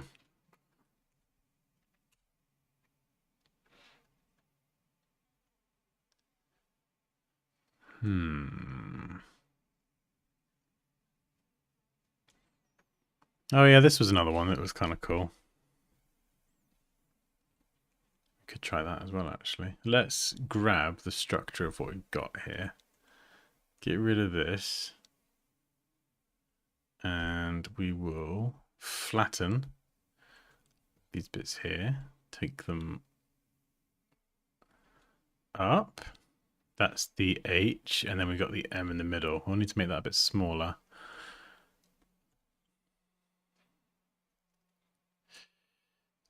And rather than have spiky tops, we're going to flatten the M, I think. And we'll come... Ooh, we could actually try and mimic that other M that was really cool.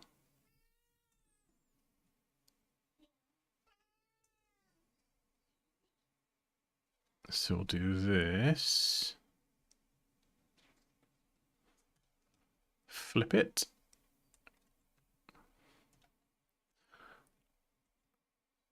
And then bring it up. So many different ways you can go with this. And then we're going to try and make these spaces around here look a bit more parallel. So the widths are consistent.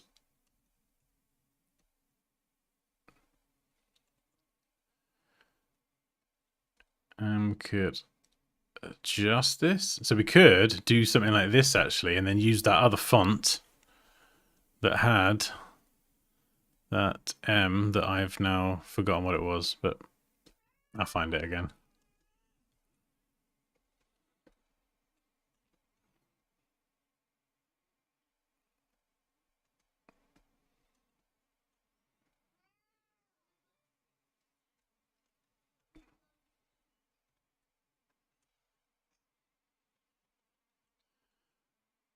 And we could balance it, lean into the symmetry more and have the H.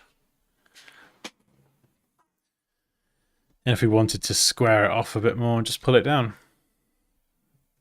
Or we could do a very flattened version.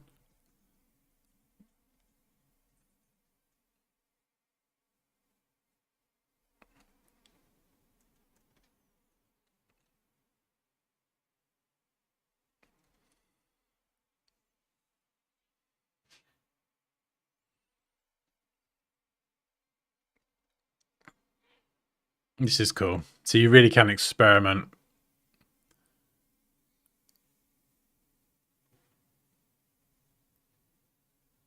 Yeah, so we could adjust that. I'm not loving it as much as these ones, the house one.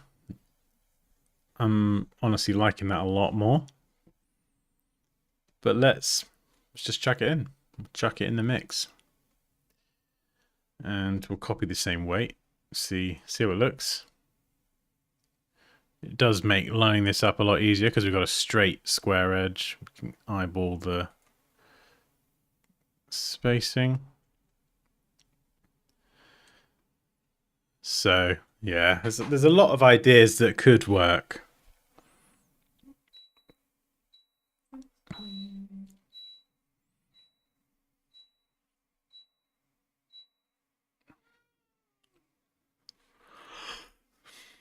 Professor Utonia, oh my god, Powerpuff Girls. That's going back a few years.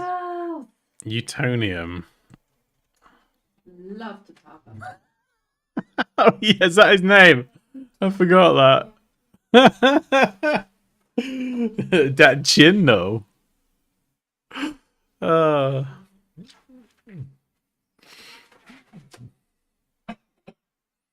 That's so funny. Oh yeah, I can kind of see it in the hair. There's the M. I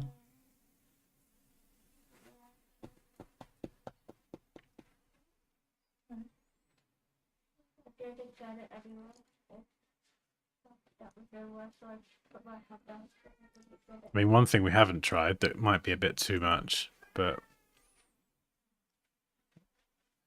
is to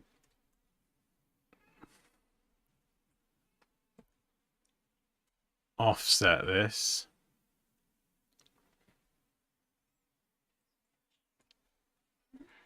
And we'll just try.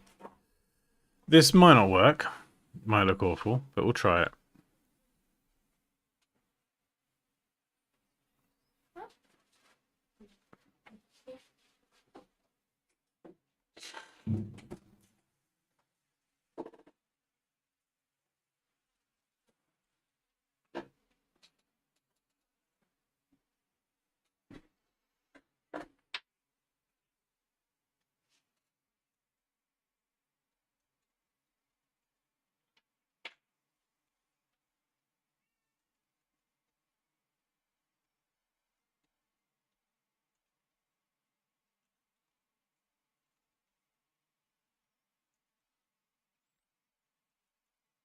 Remember, just create a separate piece and then drag it into position.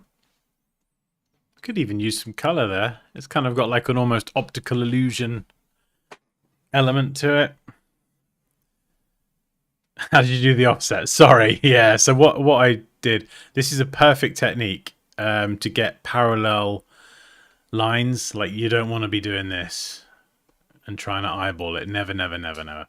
Select your existing lines. I'm going to make a note here of the stroke weight, 3 pixels point. It's the same thing in Illustrator, the way this behaves. And go to Object Path, Offset Path. So you can see here, you type in 3 point, and it will offset by 3, but because we're already using a value of 3, it just doesn't do much, really. You want to double the value. So if my stroke is 3, I'm going to type in 6 pixels or 6 point, whatever. And you can see it creates a new bunch of shapes, but they have that offset. So if I just slide this one back in position, you can see here my original shape. There's the 3 pixel gap. and then this is your what a 6-pixel offset looks like. So you can adjust the value and see what sort of offset distance you'd like. But if you've got a line and you want a gap that is the same weight as that line, just double your value. 2-point stroke, 4-point offset. 5-point stroke, 10-point offset. And you end up with this.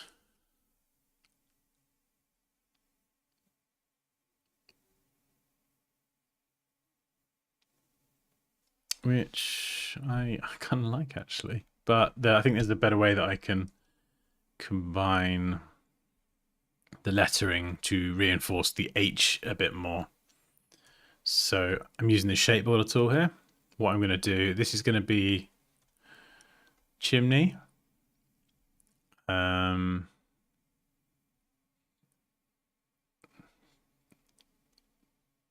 how do I feel about that? Actually, no, get rid of that. This there, this going up here. Yeah. And then the H, so this design would have a lowercase h. So we could, we might be, with the double width, we might be able to get this in really cleverly, actually. So we'll do that there. We'll zigzag down here for the H. But then we've still got the outer part coming down for the M. What about this? Do we have to...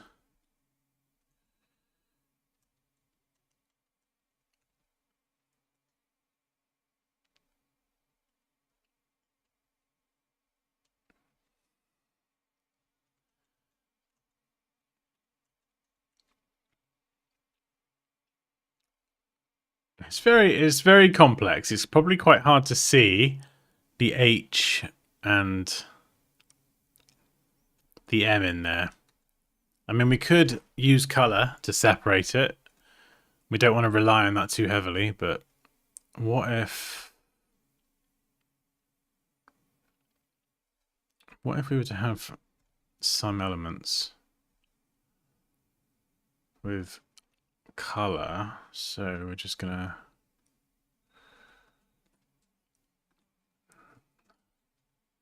no.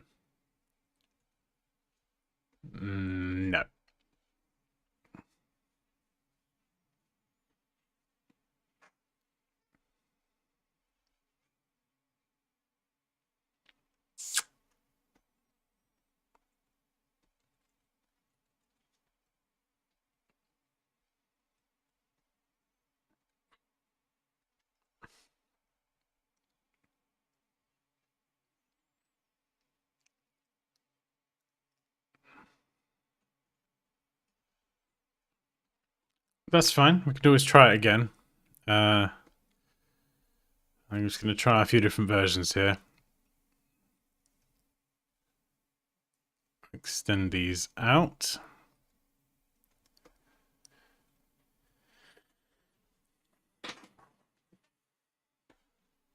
Yeah, it does look confusing and cool, but maybe it will work if we get the cuts in the right place. So I'm just going to try and exhaust this idea fully. So what would we do? How are we gonna do this? Are we going there and then yeah, so we're reinforcing the H and we're reinforcing the M, connecting over the top. That's probably the best way I'm going to do it, because you've still then got a little bit of the vertical side of the M.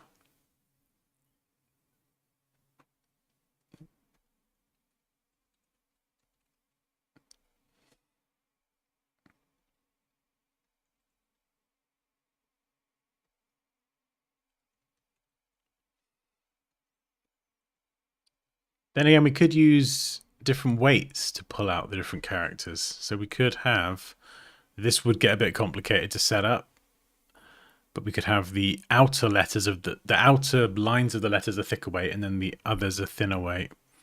So these inner lines here could be thinner. Same for these. That would reinforce the shapes of the letters. So I'd have to... Oh yeah, this gets very complicated. So you have to leave the outside untouched. I gotta try it because it might look good. So we're gonna have one version here that is gonna be 1.5, so half the weight. Then we've got to delete those same lines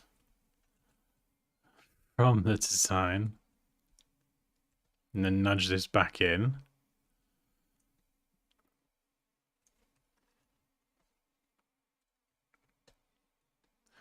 And then the same with this bit as well. So we're going to nudge all this out, delete the outer lines, leaving just that, 1.5.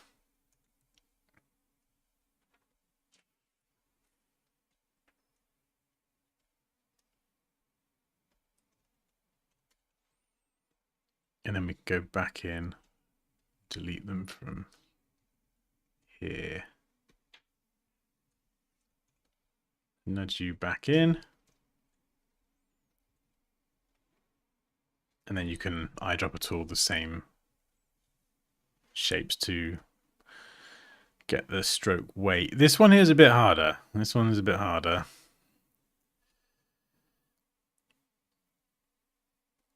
How are we going to do this? Let's copy and move you out. We're going to have to cut, paste back in, set the size to 1.5, and figure out how to get this not looking weird. So we're going to have to manually pull this into position. This one does get a bit fiddly. We can always line that up after. Same down here. We've got to manually pull it into position. Don't worry about getting it perfect right now, like, because we might not even go ahead with this, so we don't want to waste all this time doing it.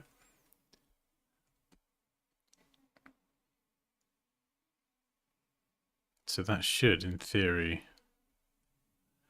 work. So let's just try nudging this back in.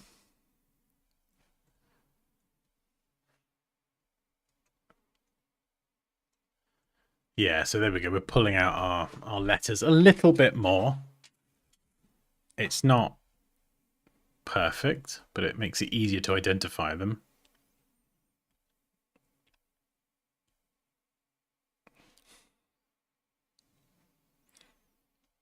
And then this bit here, we just have to manually adjust that. So what I would do is I would extend that down on the same angle and then just use a white box for now.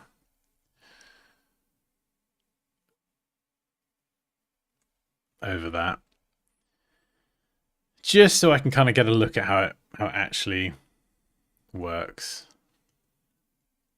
And then we could pop it over here, add the text with it, and then we get to see it. And before we go and commit a ton of time to it. So I don't know. I'm not sure if that is the one. It does look a bit overcomplicated. But then we do another version that strips out those inner lines.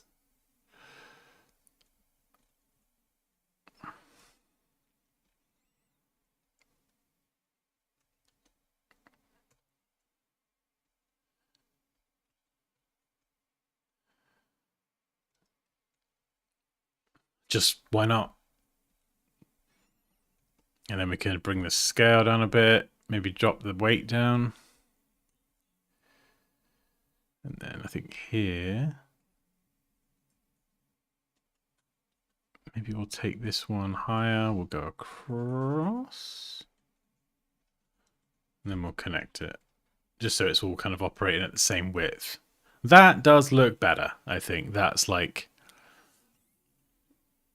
that works, and it's clear. This is just too fussy, too detailed. It's great and illustrative, but it ain't right at all. Yeah, it is. Yeah, it is a little bit like a very. Well, this one here more so. Yes, it is very much like a Celtic knot in that sort of style. This is a more simplified version. So yeah. So okay, a few people were saying better. Yeah. So this one, I would look at that and go, a small size. It's too much detail. It's too fussy. Makes it harder to see. Whereas this, you know, it's clean, modern. We've still got the house shape with the chimney. We do have the M and the H in there. Sort of the M and the H. It's a bit more of an N, but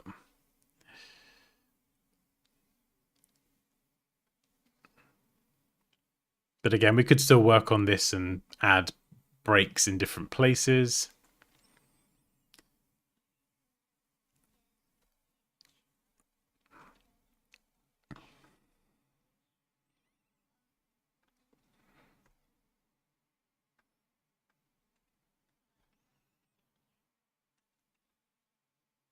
And it has like a really nice sort of depth to it as well. Almost like part of it runs behind. Yeah, no, I'm not getting the M.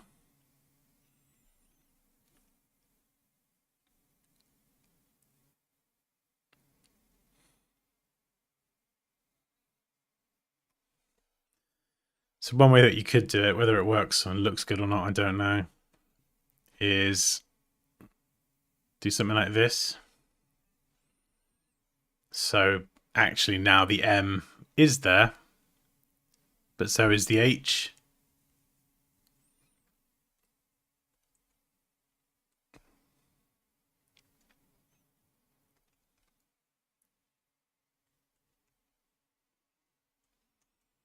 But yeah, I'm not sure.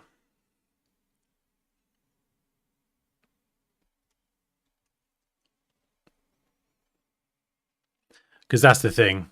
If we are going to connect these fully, so we're just literally connecting an M and an H, then you're going to lose the depth that certain bits are running behind. And just to try it out, actually, if I were to do this, let's just try something to kind of see. I'm just penciling this, really, just for speed.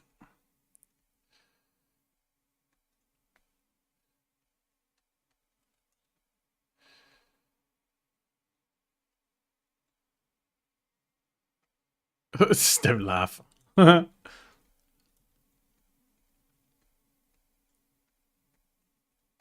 Yeah, so what letter's that? Does that look like an M?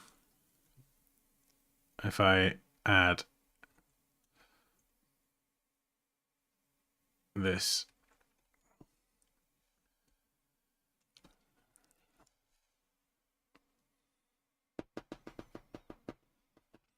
Or, what about if I get rid of that?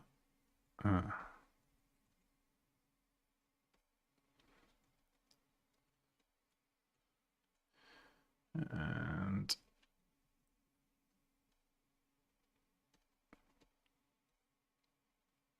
go across there. So there's our M. What about this bit?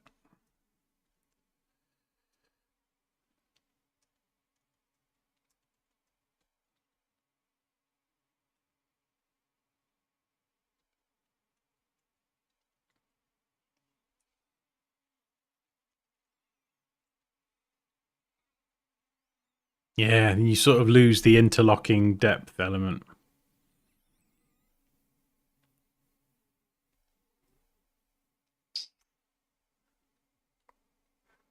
Make the M look like two houses. Oh, yeah, I see what you're saying. I see what you're saying. Let's try it.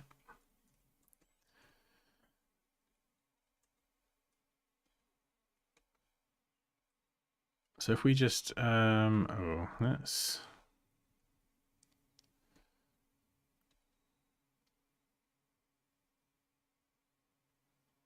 yeah, so look kind of like this, yeah.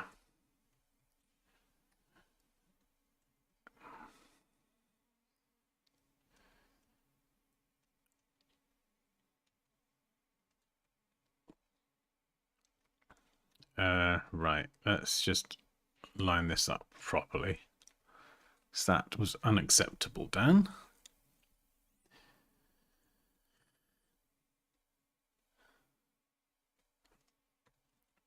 So yeah.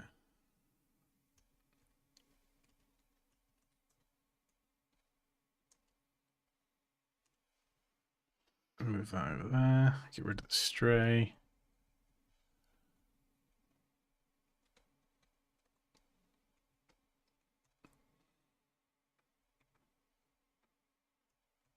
Keep that so they are separate as two different houses.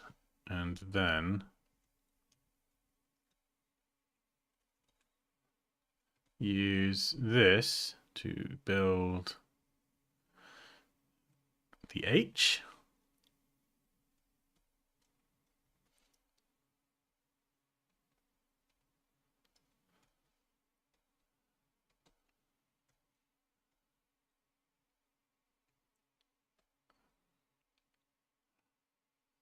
I'm not sure.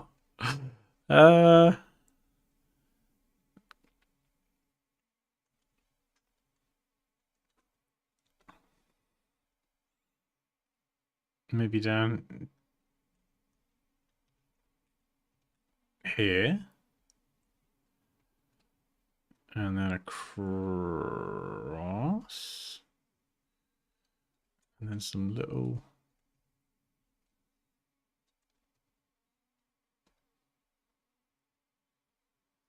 bits here. I mean, the good thing is we've got lots of ideas. Lots of ideas. But yeah, I think Kaya's right. There is one idea out there that's just going to be a cut above the rest. I still really like the first one, if I'm honest. I really do like that.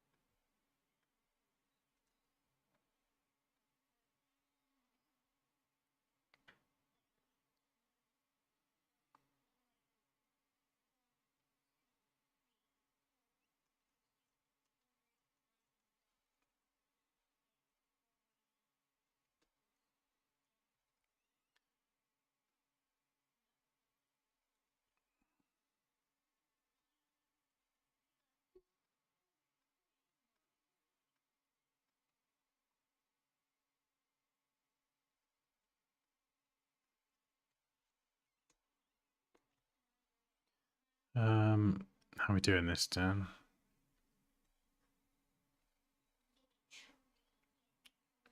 No, I think I'm getting lost down the rabbit hole of... I don't think there's... Oh, I don't know. Something about this one that's not... Unless... This is the double chimney.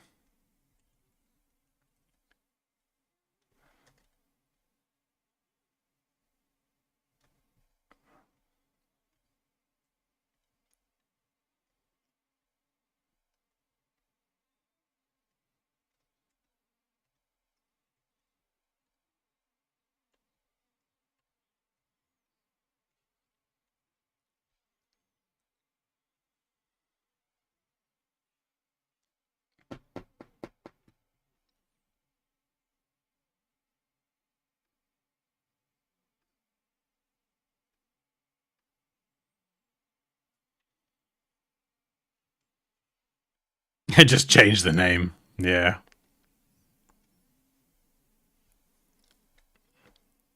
I mean, this does show, you know, affordable living accommodation, more than one house, which was, I mean, that, yeah, could Could actually look pretty good. I'm just trying to figure out how to get the H in there. How am I going to get the H? Or do I have to... Oh, what about if I do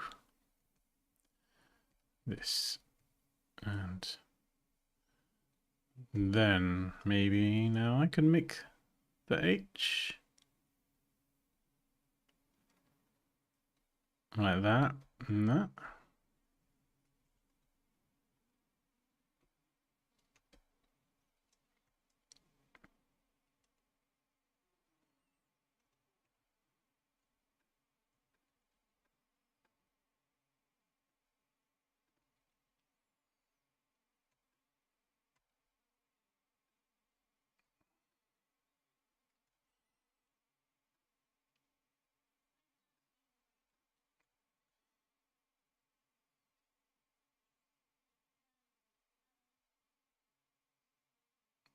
It's not too far off, is it?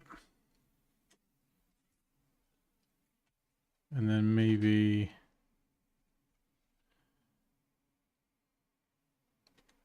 I've got an idea. I got an idea. If we were to go with a lowercase h, we'll bring that down there. Like this. We'll extend this one down.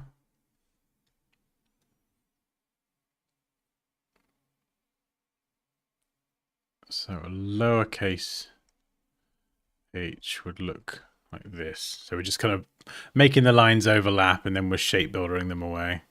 It's not the cleanest way of doing it, but at least once we've got the idea, even if we've got to recreate it, it's fine. It's really not too much of a problem. Yeah, you can see the shape builder tool does double up line work sometimes, which is irritating because it will cause problems and you'll be like, what is happening?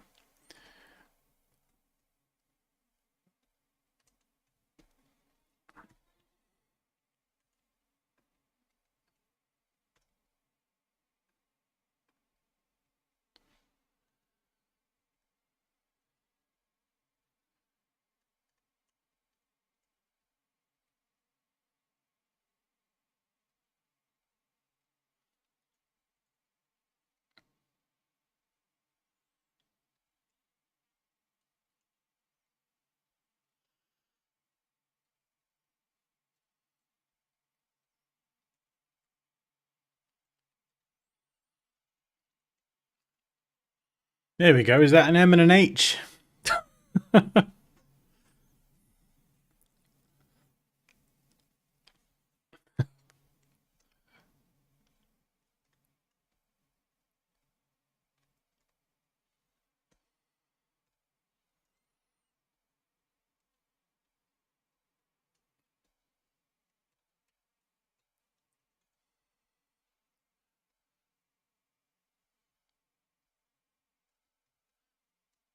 Let's just clean up. Oh, yeah, you can see you got these double paths here, which are just, unfortunately, very annoying.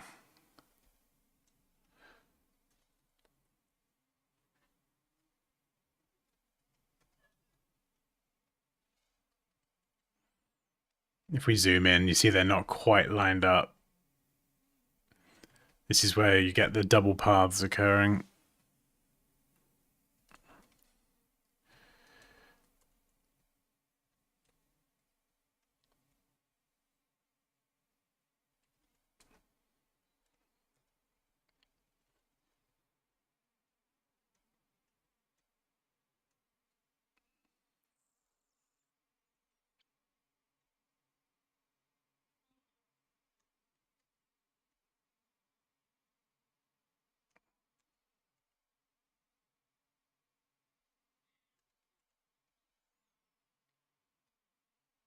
Just going to try and very carefully do this because it can get real messy with all these duplicate paths everywhere.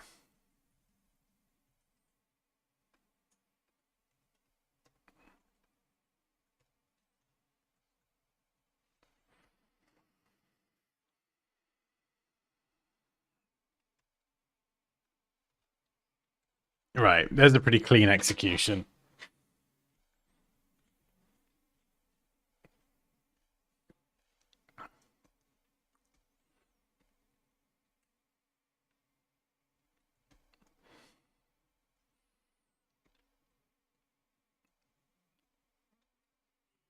Let's move that over there, make it smaller.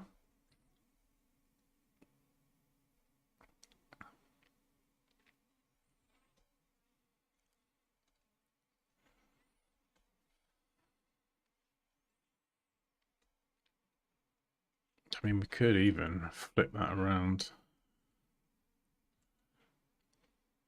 Expand it all. Combine it and then delete that and leave us with the lettering, but a slightly different version.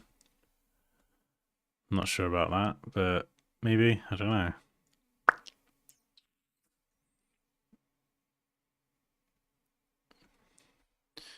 It's another version. Oh.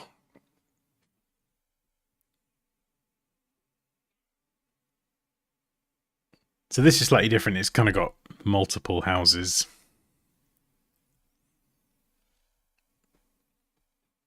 But then it's always worth going back to this one here that links the M and the H. That's still my favorite. That is just because it has the modular element, you know. Big box, little, got the chimney, got the house, got the M, got the H.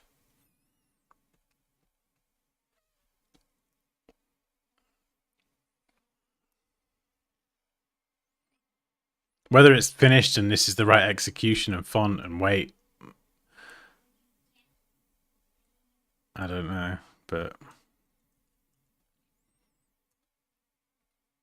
there's something about this one that I just really, really like.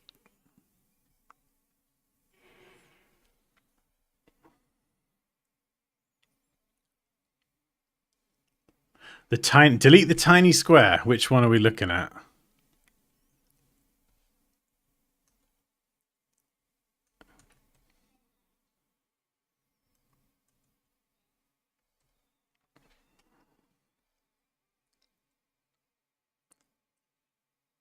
In the last draft. Oh no. This one here, I think there might be a delay in the stream by a few seconds. This one?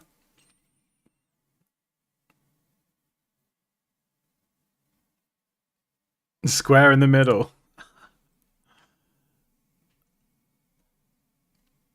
This square?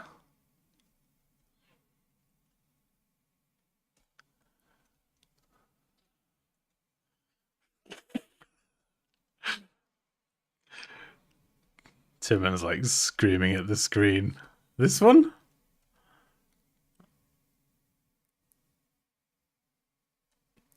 Oh. This one.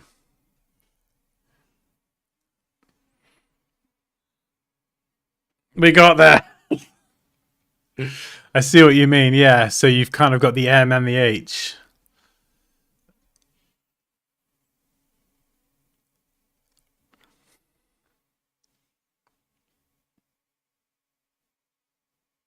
Now it's like a bed. Yeah, it doubles up as a bed as well, which actually could be pretty good because we're talking about houses, living. So we've got two houses and a bed,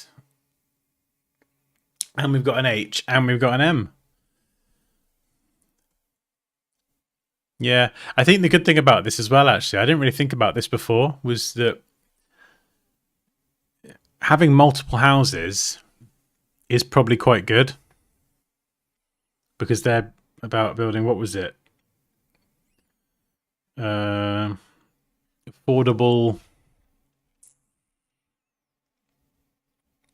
small scale living, both clever and beautiful. Space efficient micro homes. There was something else as well. Affordable, young professionals seeking affordable modular homes. So I don't know, kind of actually looking at this and going back through the brief, I think having, if we, we've got multiple houses in it, multiple houses, I feel like actually that is even more relevant than just maybe just one. Do you know what I mean?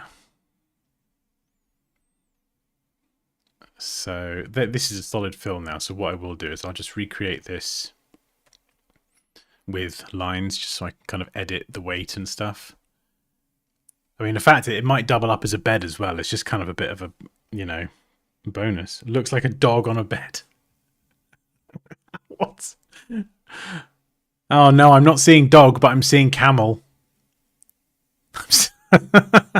No, I'm not. I'll tell you what I'm seeing. I'm seeing a turtle. So there's your... Oh, for God's sake, Illustrator. There's your bed.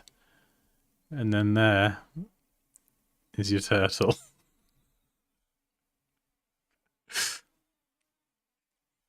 But then again, it's one of those things. If you ask someone to look at, it's like saying to 20 different people, look at the clouds. What do you see? Do you know what I mean? Everyone's going to see something different. And obviously, we're looking at it and analyzing it in a lot of depth. It's like the old bit of feedback, the old bit of design feedback that this is something that I really... Oh no, we've done that again. It's all right, don't worry, it's temporary. It won't be there for long. The bit of design feedback that I absolutely used to hate was any sentence that started with, "It reminds me of." Yeah. And you maybe you've used this. I know I've probably done it before as well, but it reminds me of. I used to hate that line because I'm always thinking about the project or the end user or whatever. And it was... Oh, it was just like... I don't know. It was always like, look, Karen, I don't care what it reminds you of. Does it fulfill the brief? Is it right for the target audience? Oh yeah, it used to remind me of when I used to go and get an ice cream. I used to like that. That was fun. Like, I don't care. Like, is it suitable for the brief? Because if you ask, like, again, 20 people what it reminds them of, everyone's going to say something different. Yeah.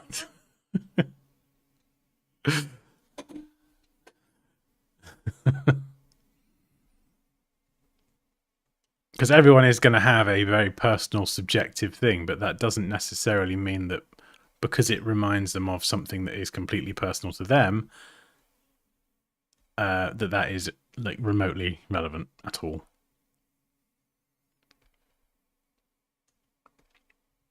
So I don't know. That's just always been one of those things that's driven me a wee bit insane.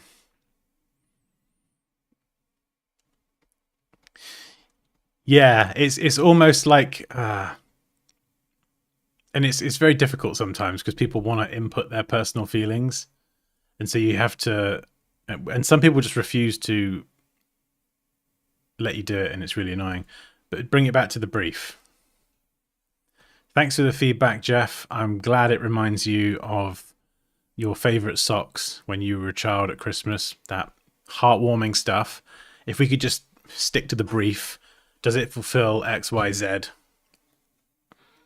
Like, does it actually fulfill the job that it needs to do?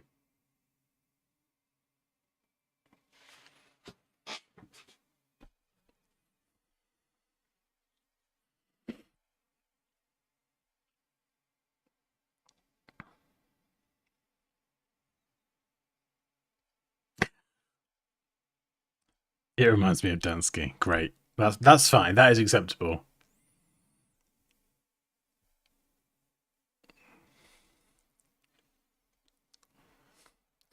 I think that's why as well, yeah, Christopher. In those conversations, it's the tactic that I learned from Chris Doe years ago. Embrace and pivot. Honestly, forget just design, life in general. If you're in like a debate or an argument with someone, embrace and pivot is so useful because you embrace what they're saying so they feel validated and heard, but then you pivot. Oh yeah, no, that's nice. Yeah, I see what you're saying. I can kind of see that as well. But, and then you pivot to, Like, shut up, it doesn't relate to the brief. Don't tell your client to shut up. But yeah, just steer it back to the brief. So it's like, yeah, cool, I hear what you're saying, but we're going to steer it back. So do you think that it does X, Y, and Z? And just redirect them back to why we're doing this in the first place. You know, that's why it's good in the brief or in the questionnaire. When the client answers the questions up front, you've got those things that will formulate the brief. But that is like, that's what I'm designing to.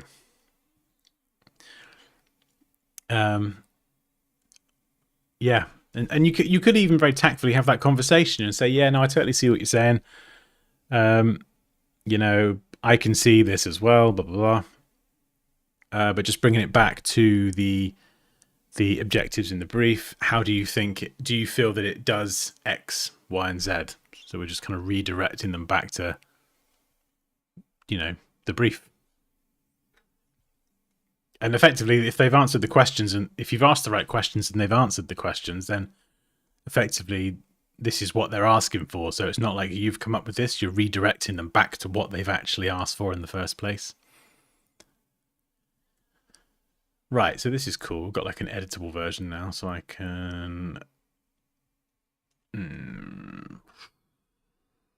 Oh no, I'm going to need a line. Right, I'm also going to need to get some dinner soon. What are you having for dinner, Pops? I got some bao buns and some teriyaki pork. Oh, bao buns! You are naughty girl. Bao bun. Bao buns. Bao bun. Have you seen my bao bun? I like bao bun. I wonder if we could squish this. I wonder if we could squish this down. Do I like it stretched? I don't know. I think we've reached that point in the stream now. Yeah, the cat starts meowing. One of the kids is going to burst through the door, and I'm going to suddenly let all of my other personalities come out and start running wild.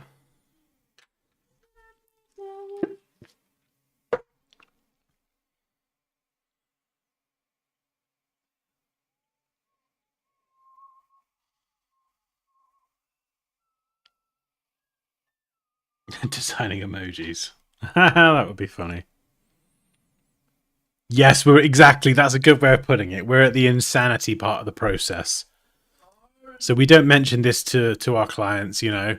So we're going to go through the questionnaire. We're going to start word mapping. I'm going to put together a presentation. You'll give me feedback. I'll briefly go insane, have a bit of a breakdown, take a week off, come back.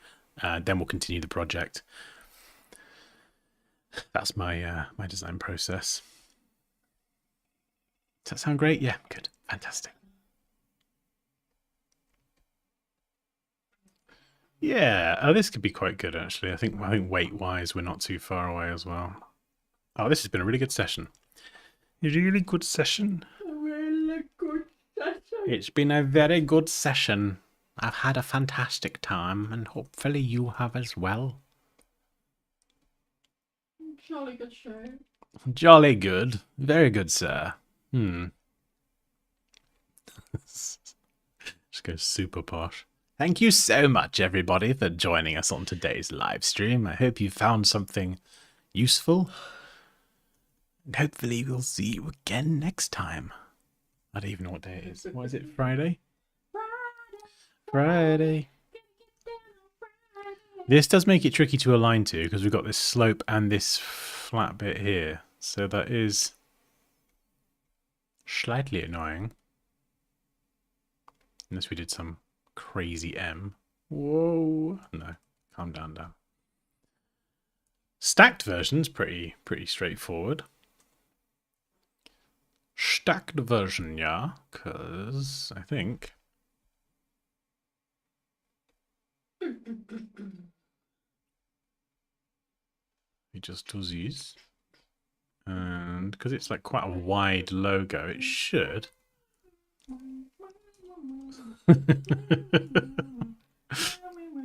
Who does that song? The Never Gonna Dance Again. Yeah, that one. Is that George Michael? Maybe. One of those. Yeah, George Michael, young, sexy George Michael.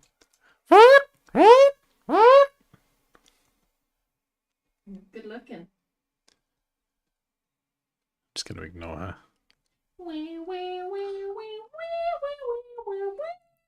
Yeah.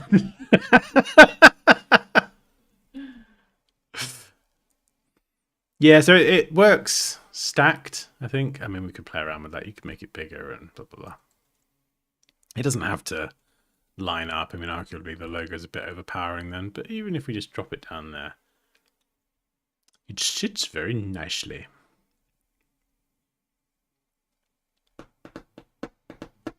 But yeah, we can experiment with different weights. I'll flip it around as well and do a chunky logo mark and a slightly lighter weight text. Cheese segment. Ooh, oh, yeah, boy. That's much better. I'm going to chunk it up. Chunk it up, chunk it up. Oh my goodness, that was an almighty yawn. I'm going to half this to 3. I'm just going to make those gaps, yeah, a little bit tighter.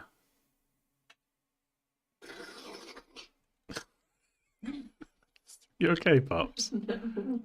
No, no, no. Poppy is actually going insane behind me.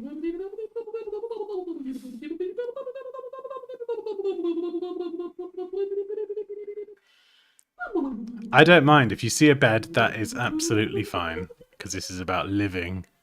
Warmth and comfort and all those other lovely words that are in the brief. So if we get a bed in there as well, we get houses, we get beds. Well, that's just bloody great. I'd call that a win.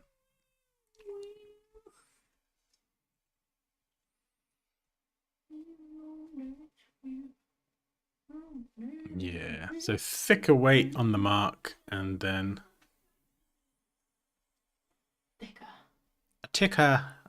slightly a thicker weight. And yeah, a lighter weight on the text. I really like that. That might be a bit too light.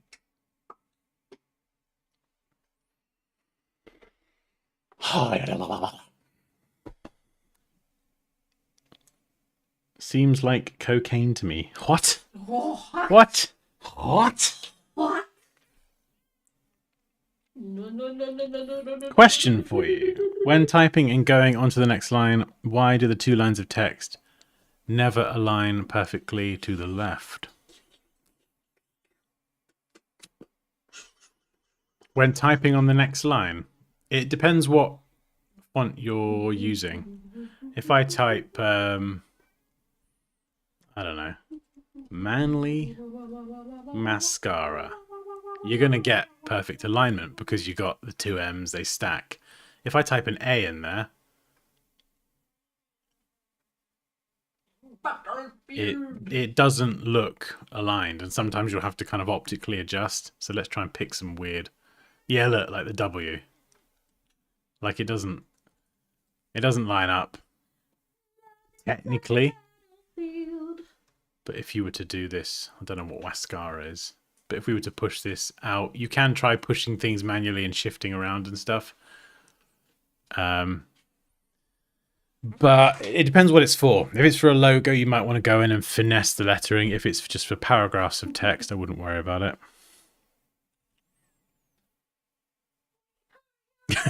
Mark's like, bro, you should be playing Battlefield 6. Yeah, what the hell am I doing?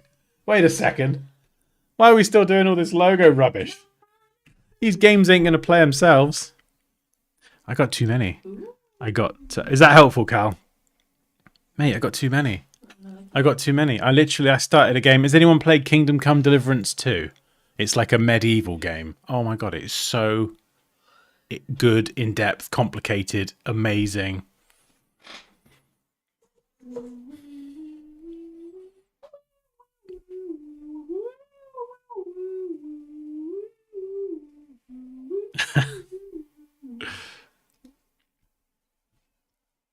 No, it's fine. All questions are valid.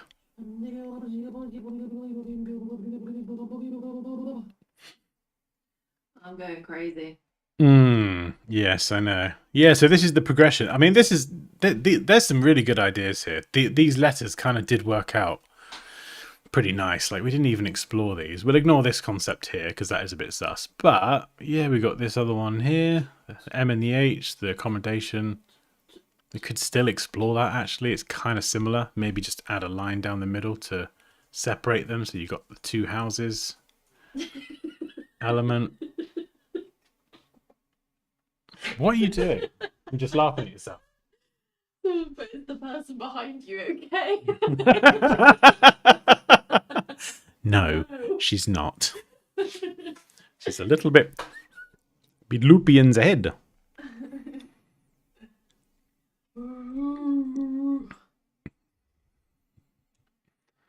Where's the cat today? Normally we get to this point in the stream and the cat starts meowing. It's a bit of a bloody circus here, isn't it? Just at 8, so we're going to go and select the pencil tool. Meow. What's that, Crumble? Oh, what should we have for dinner? Oh, cheese segment. That here is the most sexy cheese in the world. There is a cat. It is a bit of a circus, really, isn't it? And then the kids come in. Oh, this one's quite nice as well. This is...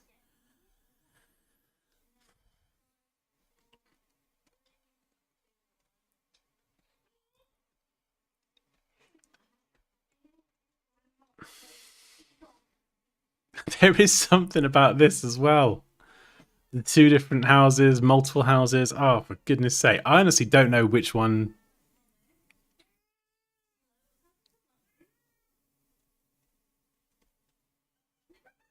Oh no. I feel like she's wearing something. What are you... You've put one of the masks on, haven't you? I can tell. Oh! Oh. No, you got to turn to the side. You can't. If you come into the light a little bit and stand sideways, Can't see anything. That's it. Get your head down like this. Oh! Just go with it. Go with it, and turn to the side. There we go. We'll be Andrew. Stay still. Andrew's going to screenshot it, and we'll make you into a GIF. There we go. We'll make you into one of the stickers. Oh! I saw a hole there. I was like, I want to poke something. Actually, there is a stylus-sized hole right where your ear is.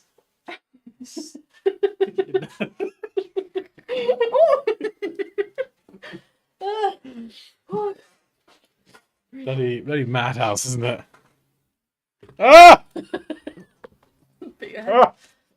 Oh God! It smells of like whatever it's made of. Latex. Hang on. Can I? Let's see if I can work like this. So, ooh, hang on. Can you imagine if someone's joined right now? We'll just act totally normal. So we've got a couple of designs up here.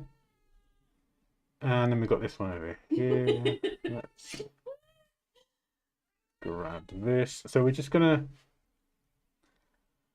put all of the... Oh my God, I'm running out of air. Oh no, I can't see my keyboard. Hey, there we go. We're going to just pop these together. I think all of these symbols could work. Oh, my glasses are fogging up. I can't. What's happening? This is awful. Do you know, I think for Halloween, I'm just going to stick with the jingly things if we've still got them. What jingly things? What jingly things? My little jingly pumpkins that I had before. Oh, yeah. Roo, can you just shut up?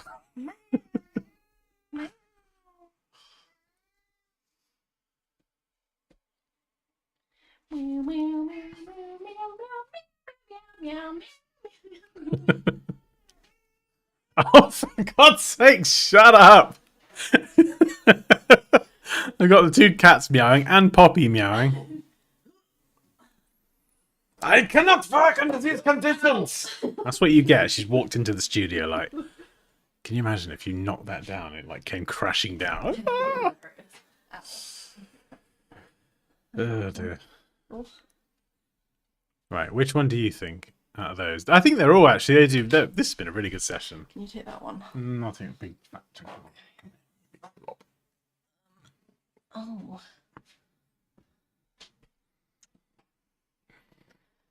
What is it? M&H. So here's the bit more context. You got the ModuHaus text. It's like a bed. But for the... I mean, it doubles up as a bed, but it's also affordable housing. Comfort. Oh, okay. This one here is an M and an That one H looks together. almost like a house. This one here is an M&H, but with a house with a garage or something. I'm feeling... Oh, I'm still going to go for the middle one, I think.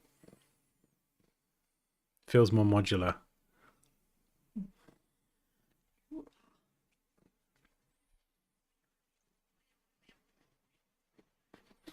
You should do more masked streams. Thanks, Raquel. I'll try not to take offense to that. Cover your face. Hey, Dan, have you tried a plastic bag? Paper bag, that's what I meant, not a plastic bag. That's incredibly dangerous. Do you ever feel like a plastic bag? Plastic Drifting bag. through the wind. Oh, face war. It's cat is a donut. Look at him, he's a blooming donut. You prefer the bed one? Oh, good. Oh, crumbs. I'm gonna get scratched. That's fine. You right up there, Roo?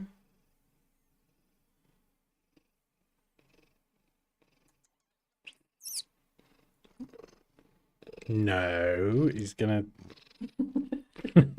You're just trying to cause trouble now. Go on, you shoo away. Okay.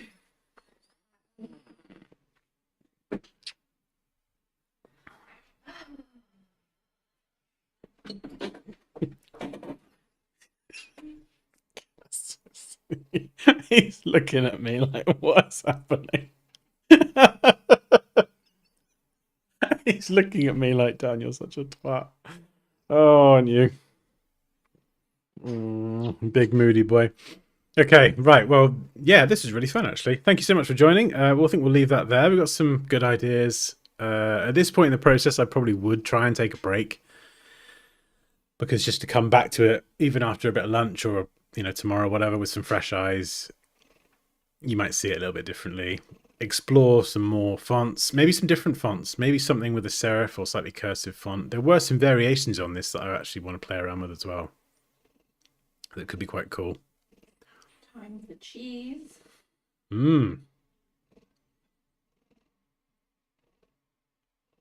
ModuHaus. A tiny house company. But yeah, so there's a link at the top of the stream to my beginner to intermediate Illustrator course. We've got the masterclass as well on dansky.com, which is intermediate to advanced. And if you want to learn Photoshop with me as well, and basically just get support whenever you need it, then I will be one message away all the time because I live on my computer. So yeah, True. it is true. I'm lurking in the Discord most of the time, aren't I, Crumble? You're so yum. I can hear the boys laughing. What are they laughing at? I don't know. They're giggling at us. Maybe. Oh, it's been fun. This is a good stream.